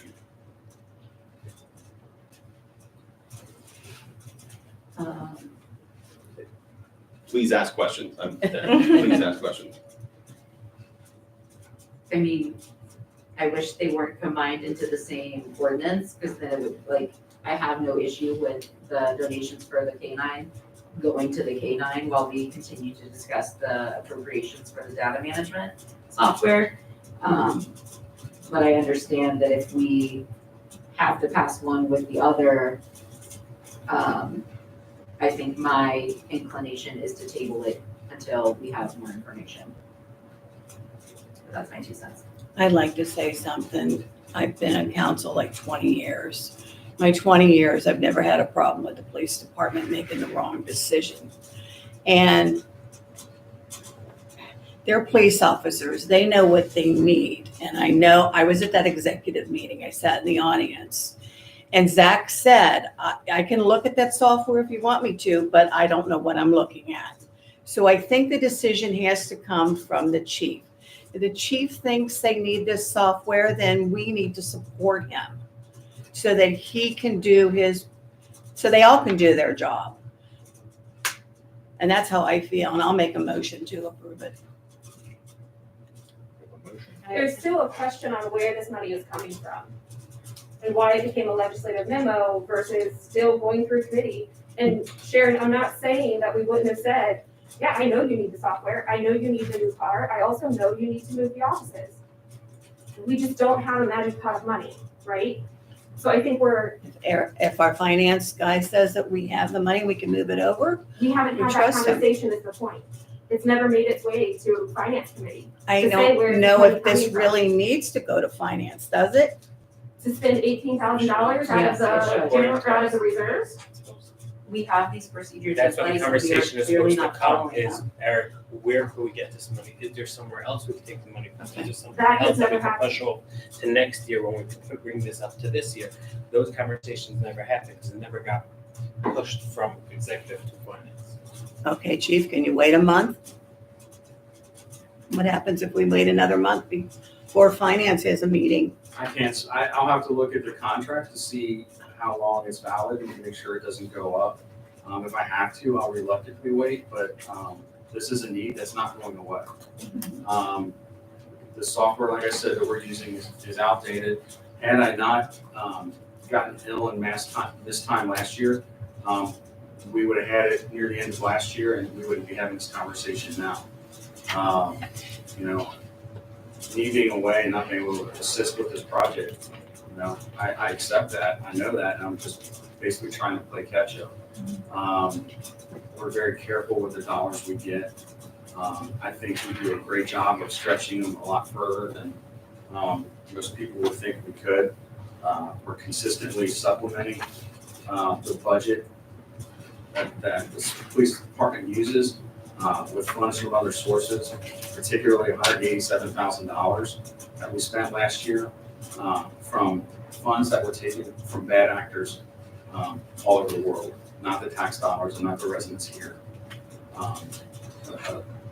An everyday used software, why it is inexpensive, $18,000 is not a small amount. I think in the grand scheme, it's not a huge ask. Thank you, Chief Campbell. I don't believe anyone denies that the software is needed. And certainly, Ms. Cheney, I believe everyone like you supports our police department and wants them to have the tools that they need in order to continue doing their job. Yeah, so I'm inclined to support it for a couple of reasons. One, it opens us up to grants, and so that's, you got to spend money to make money. And two, I think it will save you time. Yes. Like, but I think it should go through the proper channels. Like listening to how the two people on council been here longest, like, I think it just has to go through, like finance, to figure out where it's coming from. I just got a message from Captain Reed. I guess he's. Uh-oh. Is he watching? Let's hear it. So Yeah. he told me that that quote is already expired. They're Oh. kind of working with us. Okay. They're a friendly company. They're a collaborative company. So they kind of understand the process of getting these types of asks through council. But we're to quote Captain Reed, we're on bar time with this quote. It will go up. And I'm not saying that to put any pressure. I just want, you know, all the information I can provide to be out there. The quote apparently was only valid until June. What, that's last year? Yeah. Oh. So we're Okay. able. Understood. So we're not even working with a current potential contract. All right. Yeah, we have to follow processes. Yeah. I agree. It's important to I- get it in place. Yeah, Can we pass the dog fund without the canine fund without I the? don't believe we can buy. Oh, okay, all right. Okay, so we do have a motion. Would you like to, withdraw your First, you have to motion? get a clear second. Yeah, so there wasn't a second. So the motion dies. Correction dies. Okay. So much I table this. All right, so Motion motion to to table. All right, I will second that. All in I'll favor? put forth a motion to push this to executive on executives business follow-up and right away, right afterwards on finance. Put it on to both so we can have the discussion. Finance can have the discussion and we'll be able to bring it to council at the next council meeting. Yeah. I like that, the second on that. I'll do a second, yeah, let's do it. All in favor? Sorry, who was the Aye. second on that? I apologize. All right, we're also eager. You guys have to choose. Oh, I'm gonna say no on that, All right, the so vote. Ms. I'm Cheney saying votes no. no. Yeah, because we've got the K-9 stuff here that we need to worry about, and if that's held up for another month. It's all one. Eric, would that make an issue? And if something happens to to K-9, we I'm can't sorry. spend that money. Again, I can't So- speak to the issue, I say no. whether it's a problem or not. I think that the process makes sense. Again, that's never my intention to subvert any process. No, by- meaning to say, are they gonna be stuck in the middle of the month without food for the dog if we don't pass it, or are they gonna? No, I can What if do he a gets fund hurt? balance, fund balance advance from the general fund, and then once we appropriate the Okay, so- K-9, we can just put it back. It's not- Okay then, So you want Good to? try the question. next one. Appreciate that. No worries. So second is resolution 2024-2, a resolution accepting a bid authorizing the village administrator to enter into a contract with Athleta Inc. for the Hamel Avenue Improvement Project of $992,091.53. with a $15,000 contingency for change orders. Do we have a motion to read by title only on this one? So moved. Second. All in favor? Aye. Aye. All right. Resolution number 2024-2, a resolution accepting a bid and authorizing the village administrator to enter into a contract with Athleta Construction for the Hamel Avenue Improvements Project, excuse me.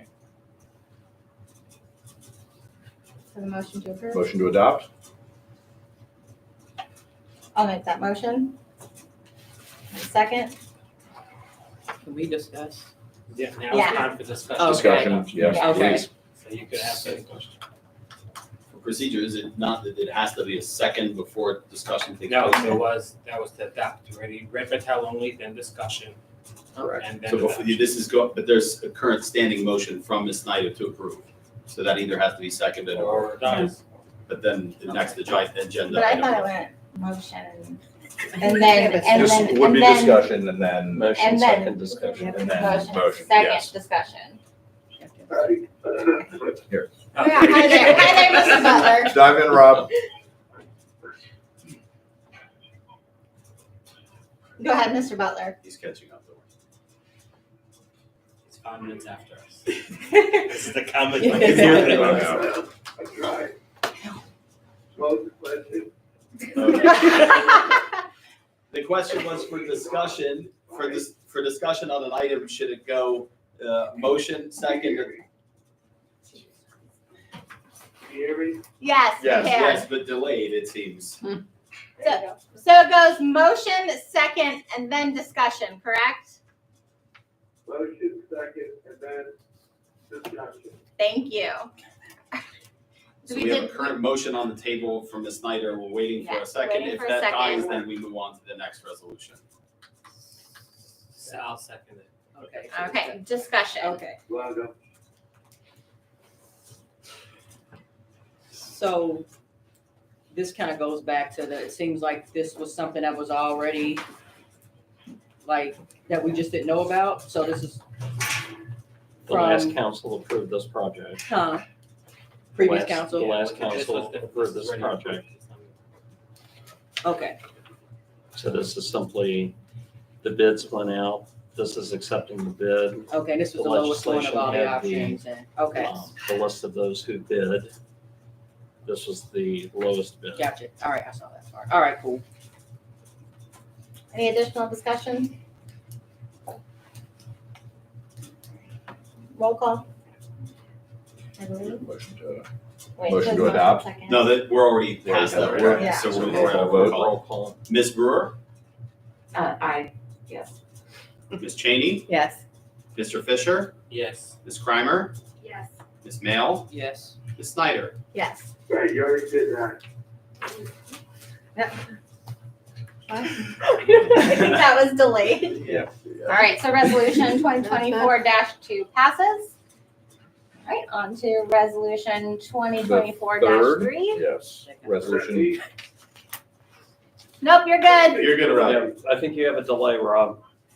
okay, so finally, resolution number 2024-3, a resolution authorizing a contract with the Board of Hamilton County Commissioners of Hamilton County. Okay. Just keep it. For internet surplus auction services, essentially permitting the village, when they have surplus items to sell, they can use hamiltoncountyauctions.com. Do we have a motion to read by title only? Motion to read by title only. I'll second it. All in favor? Aye. Resolution number 2024-3, a resolution authorizing a contract with the Board of County Commissioners of Hamilton County, Ohio for internet surplus auction services. I have a motion. Motion to adopt. Motion to adopt. All right, I will second. Discussion? You have the date wrong. It's February 20th, 2024. You've got 2020. Thank you. So this is an extension of our contract with the county to auction any surplus items that we have. This is a good opportunity for us because when we have large sums of things to get rid of, we can simply stage them. We've used the gym to do that. They actually come and take pictures, describe them for us, and then put them on their website. We always make it a practice to put these items on our website so our residents are aware and can bid on them first if they wish to.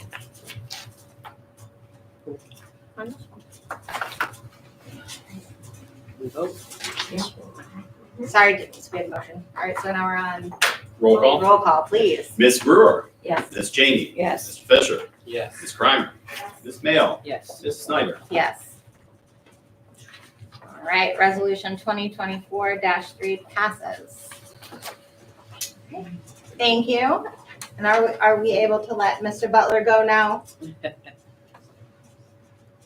I think so. Okay. Rob, is there anything else that you I need? think so. I have one question. He forgot to sign this one, and apparently This we is need the to contract adjust the here. date. That is the contract president, I believe. No? Okay, gotcha. He did sign this. Yeah, just anything that we end up discussing in new business, will that just be, like, it will come back to us with answers? That might, Oh, yes, there That was works. one thing in particular. So I believe you had an item about the social media stuff. Yeah. Yes. Yeah, no, that He should stay on for that. This evening? yeah, Okay. Could we maybe ask him, is it easier if we pick up the phone? Will he be able to hear us better?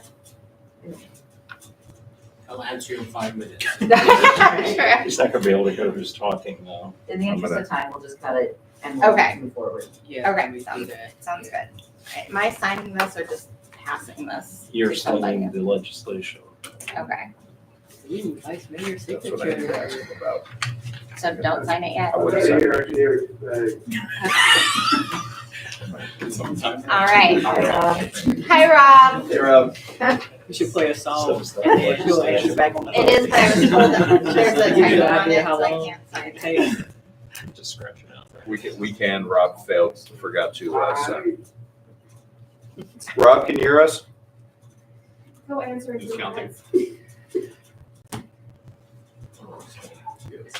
The phone doesn't usually work like that. Right? Yeah, pretty much. Flight delay. Oh, I'm I sorry. hear this, I'll be gone. Rob, I think you forgot to sign 2024-3, and there was a typo. Can I scratch your name and sign it? I don't see why not. I heard it, yes. Solicitor as well. It's really quiet. Okay. Okay.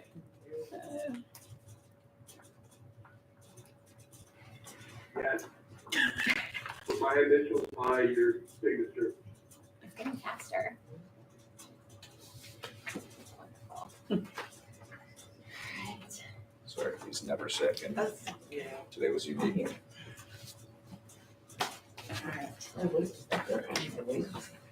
Okay, now we are officially on to new business. We already handled the rules of council, correct? Yes. And the strategic plan town halls, covered that. On to, Look on the website though. I'm sorry. I do not see the town halls on the website calendar. Okay. If we could make sure those get on the calendar, that would be helpful. Yes, Mr. Hurst, did you hear that? No, We just want to double check that the strategic plan town halls are mentioned on the website. yeah, they're in the master slider on the homepage. Can we add them to the calendar? Can we have a check policy? Yes, so I sent that around earlier today. We had a few more adjustments to make to it. I am not anticipating that we are going to be able to vote to accept it today, Okay, which is fine. It will push back the ability for Recreation Commission to be in effect for March, so the earliest that we are looking at is April. But I have run this past Rob last week and as early as today. So I was just, any feedback that you might have, it's on your plate to give that back to me as a one-off. Basically what it states is that We have the ability to run through the police department the initial screenings for any volunteer applications that come through, which need to be done prior to that individual being appointed to said committee, commission, or council member vacancy. We can do, so Captain Reed confirmed that we are able to do that at no cost to the village with no burden to resources, and with a pretty quick turnaround. And they are thorough checks. They're the, I don't have it up in front of me, it's the NCIC and RCIC, right? Yep. And then if something were to come back, if there were to be any type of hit on that report, that needs further clarification, or that we want that additional level of protection for the village and our residents, and especially the kids, making sure that we would then refer that individual to go to the Hamilton County Justice Center and use the sheriff's office to get the FBI and the BCI report done. We would have them do both of them. Time frame is the same, and then those would be out-of-pocket costs to the individual. So either it is something that they would then decline and withdraw their application, or we then have that additional layer of, we have run all of these checks, we have approved their application based off of this information, that kind of thing. And then the policy has the types of things that we would disqualify an individual for. So it would be, domestic violence, any sex offenses involving, or any sex offenses, period. Things of that nature to where it would present a liability or threaten the safety of individuals within the community. Let's see, what else do we have? Apologies, let me get to my page here. So we have the checks to be conducted, and then we also have, there's 9 different criteria that it would be like a summary of those things that we're checking for. It's not like an a la carte menu where we would pick and choose based off of the position that they were applying for. So a rec commission appointment is no different than a finance committee appointment. It's all the same criteria that's run. And then disqualification criteria would be any recent felony conviction, theft, violent crimes, drug-related sex offenses, or serious motor vehicle offenses. Of course, if there are any pushbacks, it would be handled on a case-by-case basis with the work of our solicitor. And then for beyond that, if once the background screening is complete, the police department will report the results to the village administrator. We cannot keep a copy of those results on file. It will just be notated that, Captain Reed gave his approval on such and such date, application was approved, or there would be notes taken as to, further screening required, advised applicant on whatever date, so that we have those records to go back to. And then if the application is approved, the village administrator notifies the mayor and the applicable committee chair to complete the appointment to the committee or the commission. If the volunteer application is denied, the village administrator will mail a letter to the applicant's address with instructions on how to obtain background check results, as those are potentially available to them in some capacity. And then notifying the mayor that the committee or commission vacancy remains in effect and to identify a new volunteer candidate to apply for this fund. Wonderful. There's also a draft of an authorization form. It's pretty standard. So it does rely a little bit on self-identifying information, that if there's any portion of it that is incorrect or falsified, it is immediately cause for disqualification. And then we are asking for their, relevant information around the background check. Thank you for all your hard work on that. Thank you. Are these form drafts going to be, do you want them to be published within meeting minutes? Or you're just reporting that this is a progress? I'm reporting that it's in progress. I think hold off of it, like it's still in process. Once it's ready to be voted on and adopted, then we can put it in the minutes. And when would you like to hear from anybody with any potential Um, conflict? I would say if you could let me know by, let's see if our next meeting is on the 18th. If you guys could let me know by Friday, March 8th, any feedback whatsoever, Wonderful. March 8th. that would be very helpful. Great, thank you. Then we are moving on to, is Mr. Butler still here? Or are we gonna try this? Rob? I'm here. Yay! Do you have an update by chance on relevant ordinances or ordinances relevant to social media? No. Okay. I'm trying to recall what the direction of the council was with regard to that, actually. I think the notes were coming out of community engagement, and I believe, Ron, you had mentioned that you were working with. Yeah, Rob, we Solicitor on had those. talked about, you were in the midst of checking on any type of ordinances that were related to social media. Okay. And if I- Anything, If I may give a little more color around that. Sure. yes, please. So specifically, what is coming out of community engagement is that we need to have a clear and concise mode of communication with residents. We have talked about establishing a new Facebook page to correspond with branding to the Villager newsletter. However, Meta Facebook has changed how they allow those to take place. So it has to be tied to an individual's profile.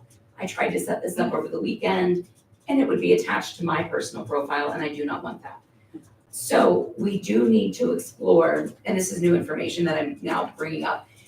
We do need to explore what our policy would be about sharing access to the existing Golf Manor Facebook group so that we are able to communicate out events, updates, anything along those lines, just like we would do, because it's already something that's in existence.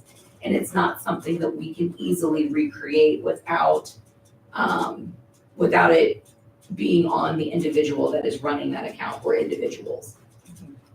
Of which we are trying to avoid from the jump because of the issues we now have with Go Golf Manor. So here's a thought. We have the same issue with trying to stream these meetings. So those are attached to a Gmail account that I created called GM Village Manager. I don't use that account for anything other than YouTube, essentially. So Eric and I today were trying to see how we can give access to other people so somebody can come in and log in and do that. I'm wondering if we can create a profile for a generic person, GM Village Manager or whoever, that could be passed on to the next person. And then tie Facebook communication, because the current Golf Manor page is tied to my Facebook account. Got it. So, So we need to bifurcate those as well. yeah, so we can't, and the issue that you have is I don't know that we can move the content that's in the current Facebook account to a new Facebook account. That's a question. Okay. Because there would be a lot of history lost there. Yeah, and that's definitely what we're trying to preserve. Okay, so we need to figure out, from a logistics side with Meta and Facebook, how we can change ownership of that out of your individual and into this GM Manager Because Gmail account. Go Golf Manor page had multiple administrators, I believe. Yes. But it was tied to probably Roger's account. I believe it is tied to Go Golf Manor's website. That's There- interesting. Or There's like a their- group page and like a, what's the? There may be a business page, Right. but now Yeah. it's updated in 2023, where any business page that is created or even updated, so we may run into this no matter what with just the Golf Manor one, it has to be tied to an individual profile. So if we are then creating a generic profile that then it is housed and it is able to be passed on to whomever has that login information. I believe it's time for a mascot.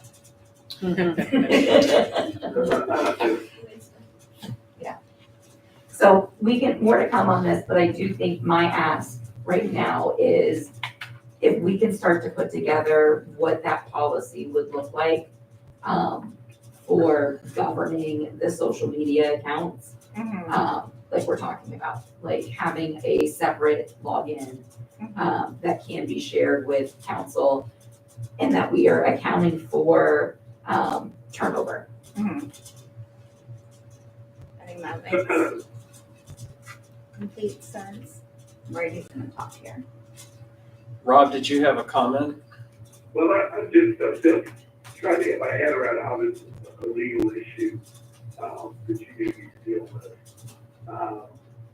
If you want to set up a Facebook account and have, well, their council person, have access to it and contribute, content, I think you're gonna be governed by the basic rules of ethics, the govern all council members, as well as,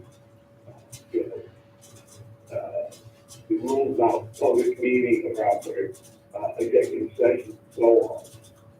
Other than that, I don't know what role I would play in that. I mean, I suppose I could assist with, creating the, policy. But other than that, I really think I'm just losing the council today. The council today, what the policy looks like. Thank you. Okay. All right. Anything else regarding that? All right, now finally, on to committee and commission appointments. I believe first up, we have a discussion of planning commission. Yep. So council needs to appoint one of their members as a member of the planning commission. I motion that person be Sharon Jean. Second. All in favor? Aye. Congratulations, Miss Cheney. Thanks. You keep them in order over there, planning commission. Okay, two of the current members have expired terms. Mr. Simile and Mr. Blathers have both expressed interest in being reappointed to another term.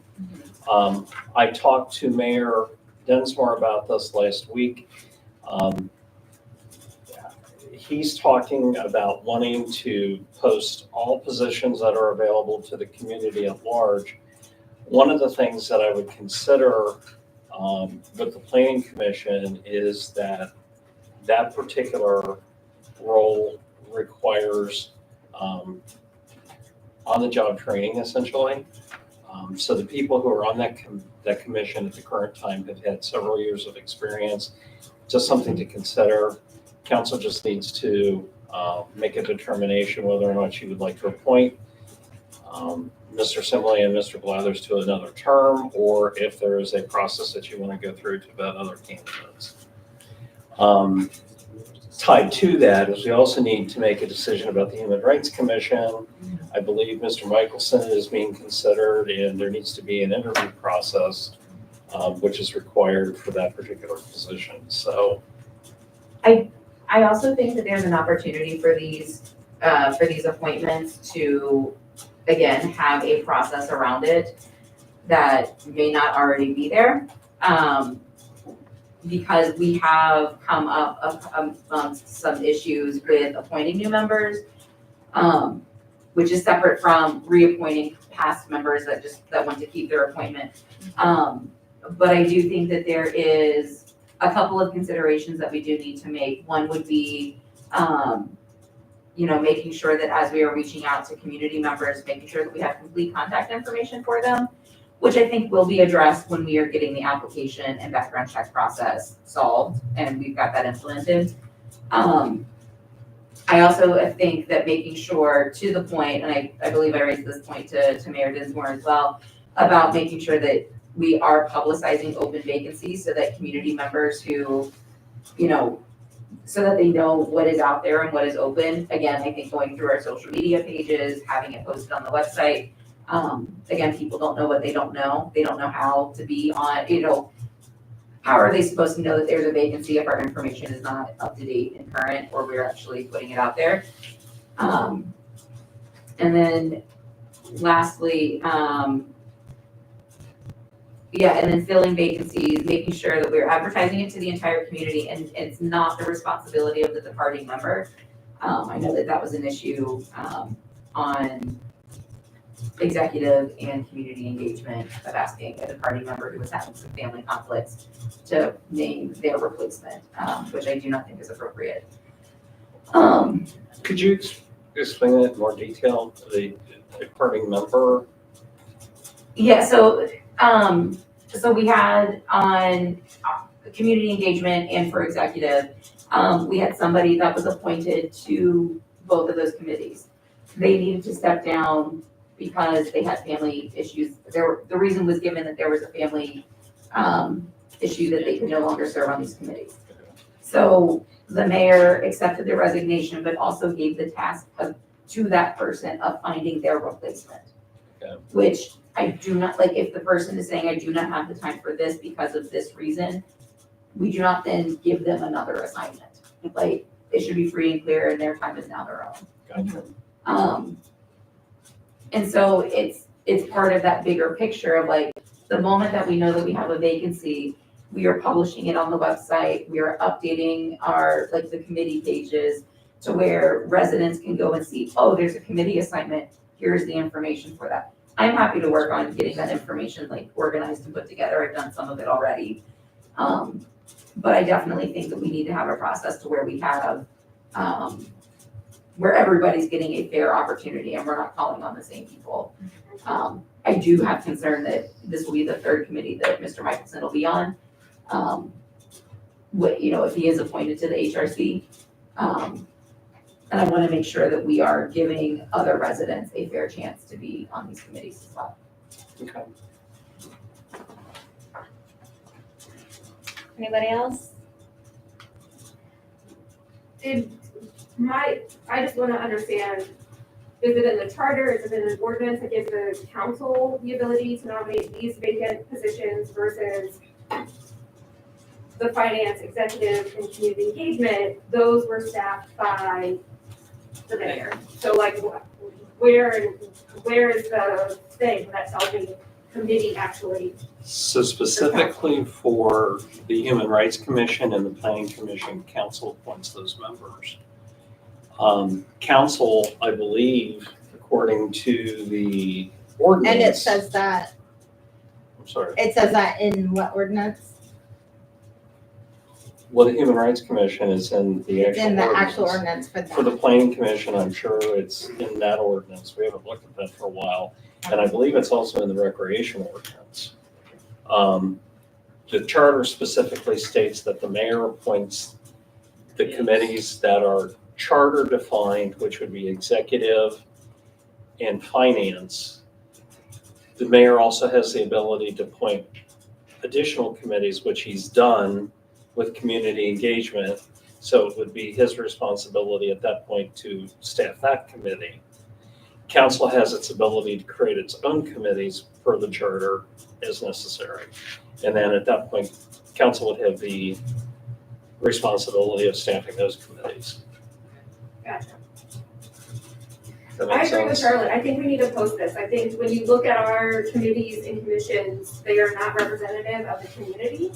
And part of that is you're going to the same places and asking the same people. Mhm. So if we want more representation, more diversity, we need to do the homework of actually posting the opportunities, updating this committee council page that still lists Terry as our solicitor. And actually promote the opportunities for our community members. And again, I say, like, I think that falls under community engagement because it is community communication. Mhm. So again, happy to work on that component. But I would like some assistance with the procedure drafting. We have a couple out there that I'm writing. Can we talk about that?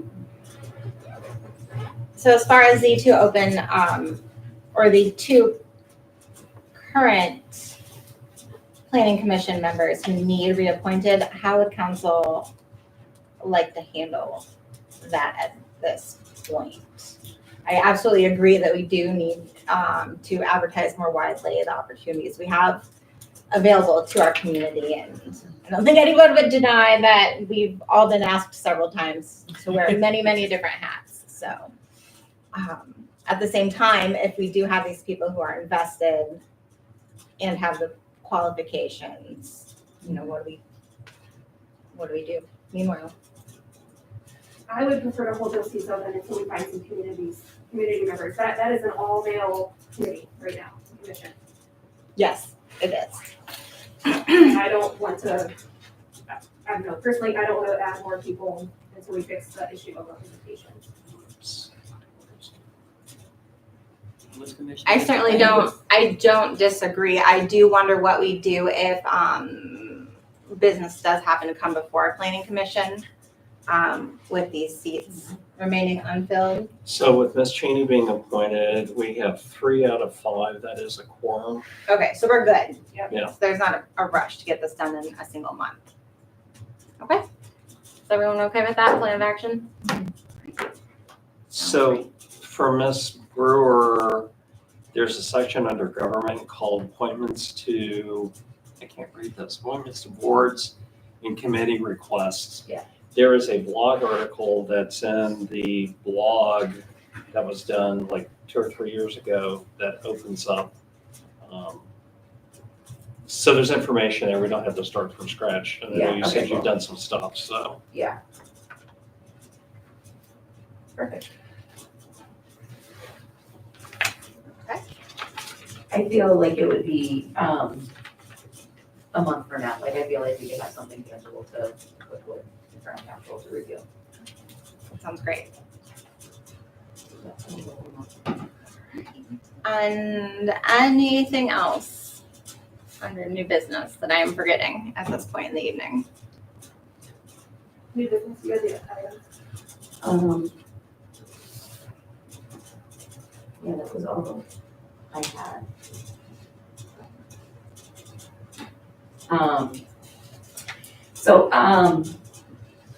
Council members received an email on Friday. Yes.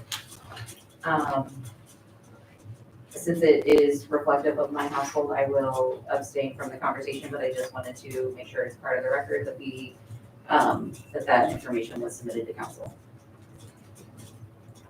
Understood. Is there anything? I don't believe the village is prepared to discuss this at this point just because it was a holiday weekend and I believe it was received later in the afternoon on Friday, but I acknowledge my receipt as well. Is there a process for how to handle official complaints, Mr. Hirth? perhaps in the rules of council? Yes. In our newly minted rules of council, there are, in fact. So I think the rules of council, it says handling of a complaint will go to the mayor for investigation, and also work with the village administrator. I think we do need to address either now or in a future meeting what the process will be, because the complaint was around the mayor, and also made mention of the village administrator. Right. So we will, as a council, need to come up with a plan to further the investigation into this process. Not saying we have to come up with that plan now, but we do have to figure out what the next steps are. Absolutely. Are we okay with, is there a committee we would like to move this to, this discussion? I don't think I can direct that. No, right, not you. Yeah. Sorry, just.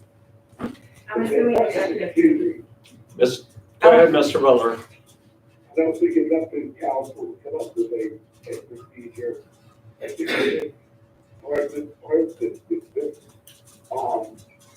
a matter for the executive branch to determine whether there should be an investigation how conducted now, because part of the the complaint involved, the mayor, the administrator, actually me.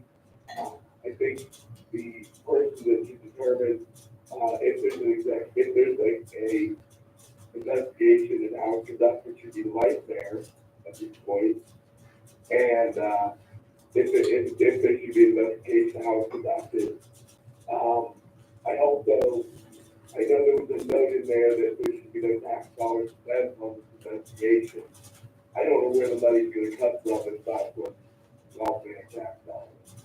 So, with regard to that, it seems clear that the village will pay for it, the investigation. But I think this is really, at this point, for the executive branch to decide, and at that point, it would fall on the vice mayor to determine whether there's an investigation and how it's conducted, or not whether and by who it's conducted. Understood. Mr. Butler, when you are feeling better, would you be able to perhaps meet with me to discuss that? Absolutely. Thank you. All right. How does that sound? Apparently, it's up to me. That sounds For great. next I didn't know steps. if the executive committee needed to handle anything or honestly what, so. Okay. I will await next steps. Thank you. All right, and with that, we are on to announcements. The next, I'm sorry. Rob, something else? No, I think that's all. Okay. Sorry, what did he say? I got this. Oh. No, I'm sorry. Does anyone have anything to add before I make the announcements? No? All right. Next council meetings are scheduled for Monday, March 4th. We have executive committee at 6 p.m. and finance committee at 7 p.m. On Thursday, March 7th, we have community engagement at 6 p.m. Tuesday, March 18th, we have records commission at 5:45 p.m. and council at 6 p.m. I think March 18th is a Monday. Okay, Different holiday. Yeah, March 18th is a Monday. all right. If we can have that changed, please. I can do that for minutes. That'll be, is that Tuesday, March 19th? No, it's, No, it's Monday, It's March Monday, 18th. March Sorry. I got pulled over from the previous. The number is Good. correct. Yeah. Okay. That's a great day as well. Yes. That's where Monday starts. And then again, one more time, the strategic plan town halls are scheduled for Sunday, the 25th from 3 to 5 and Wednesday, the 28th from 6 to 8 here in our hall. And with that, Motion to adjourn. Quick question on the Oh. strategic plan, who's doing the presentation? I'm tired. So I had anticipated talking about that with Stefan or with Mr. Denson. He was here this evening. There will be a short presentation from him at the very beginning of each session. And then it's mostly interactive, so we'll all be on hand to kind of talk about it, but there will be a small presentation at the beginning, so 15, 20 minutes tops. So I'm assuming you'll need the microphones when you need PowerPoint. Potentially. Okay. Yeah, I will email him and copy you to see what he will need and also to get a copy of his presentation so we can make sure that we're editing for length. I wanted to review your list of items you wanted this evening while you're here. Yeah. Okay, I'm gonna ask you days for that, yeah. all right, I believe there was a motion to adjourn on the table. I mean, are they done? I mean. Oh, yeah, I'm sorry. I thought you were, and then it picked up again. I and you will, were no, good. no. All right.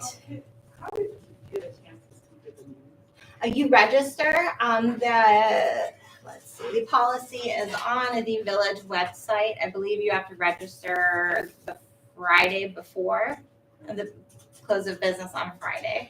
But you have sat through this entire meeting. Please tell me you didn't want to. Yes, absolutely. Is there something that you would like to say? Yeah. All right, if you could just, if you could approach so we could capture you on the microphone, if you could give your name and your address. Well, I don't know. Sorry, it's just needed for the record. So the name is Veronica Thompson. The question I had is about the unacquired property on Wheaton. Okay, Okay, so I'm here on behalf of the person who owns it, okay. okay, a family member. And so we want to know what is the process. Mr. Hurd had mentioned contacting the owner, or reaching out or some way, and we want to know what does that process look like? Is that something that's going to be done formally in writing as far as what I guess you said something about what the owner's plans were. So our code enforcement official, I believe, sent a letter asking if the owner was interested in having a discussion about the property. We've heard no reply at this Okay. point. Okay, So they simply just need to call me okay, and was we'll that start like that discussion. letter sent to what address or what? Was that Whatever. registered? Because but I mean, I'll be glad to give you my card and have that individual contact me. okay, because the owner's looking for a letter, and you're saying the letter was sent, but, I thought a letter was sent, okay, so I'll give you my card this evening. okay. Because we need to get this clarified as far as what the plans are or what's going on there. We will help you out with that. Yeah, we don't have plans yet, we just need to start a discussion, so. And I appreciate you sitting through our very long Yeah, meeting wow. today until the very end. Yeah. All right, thank you.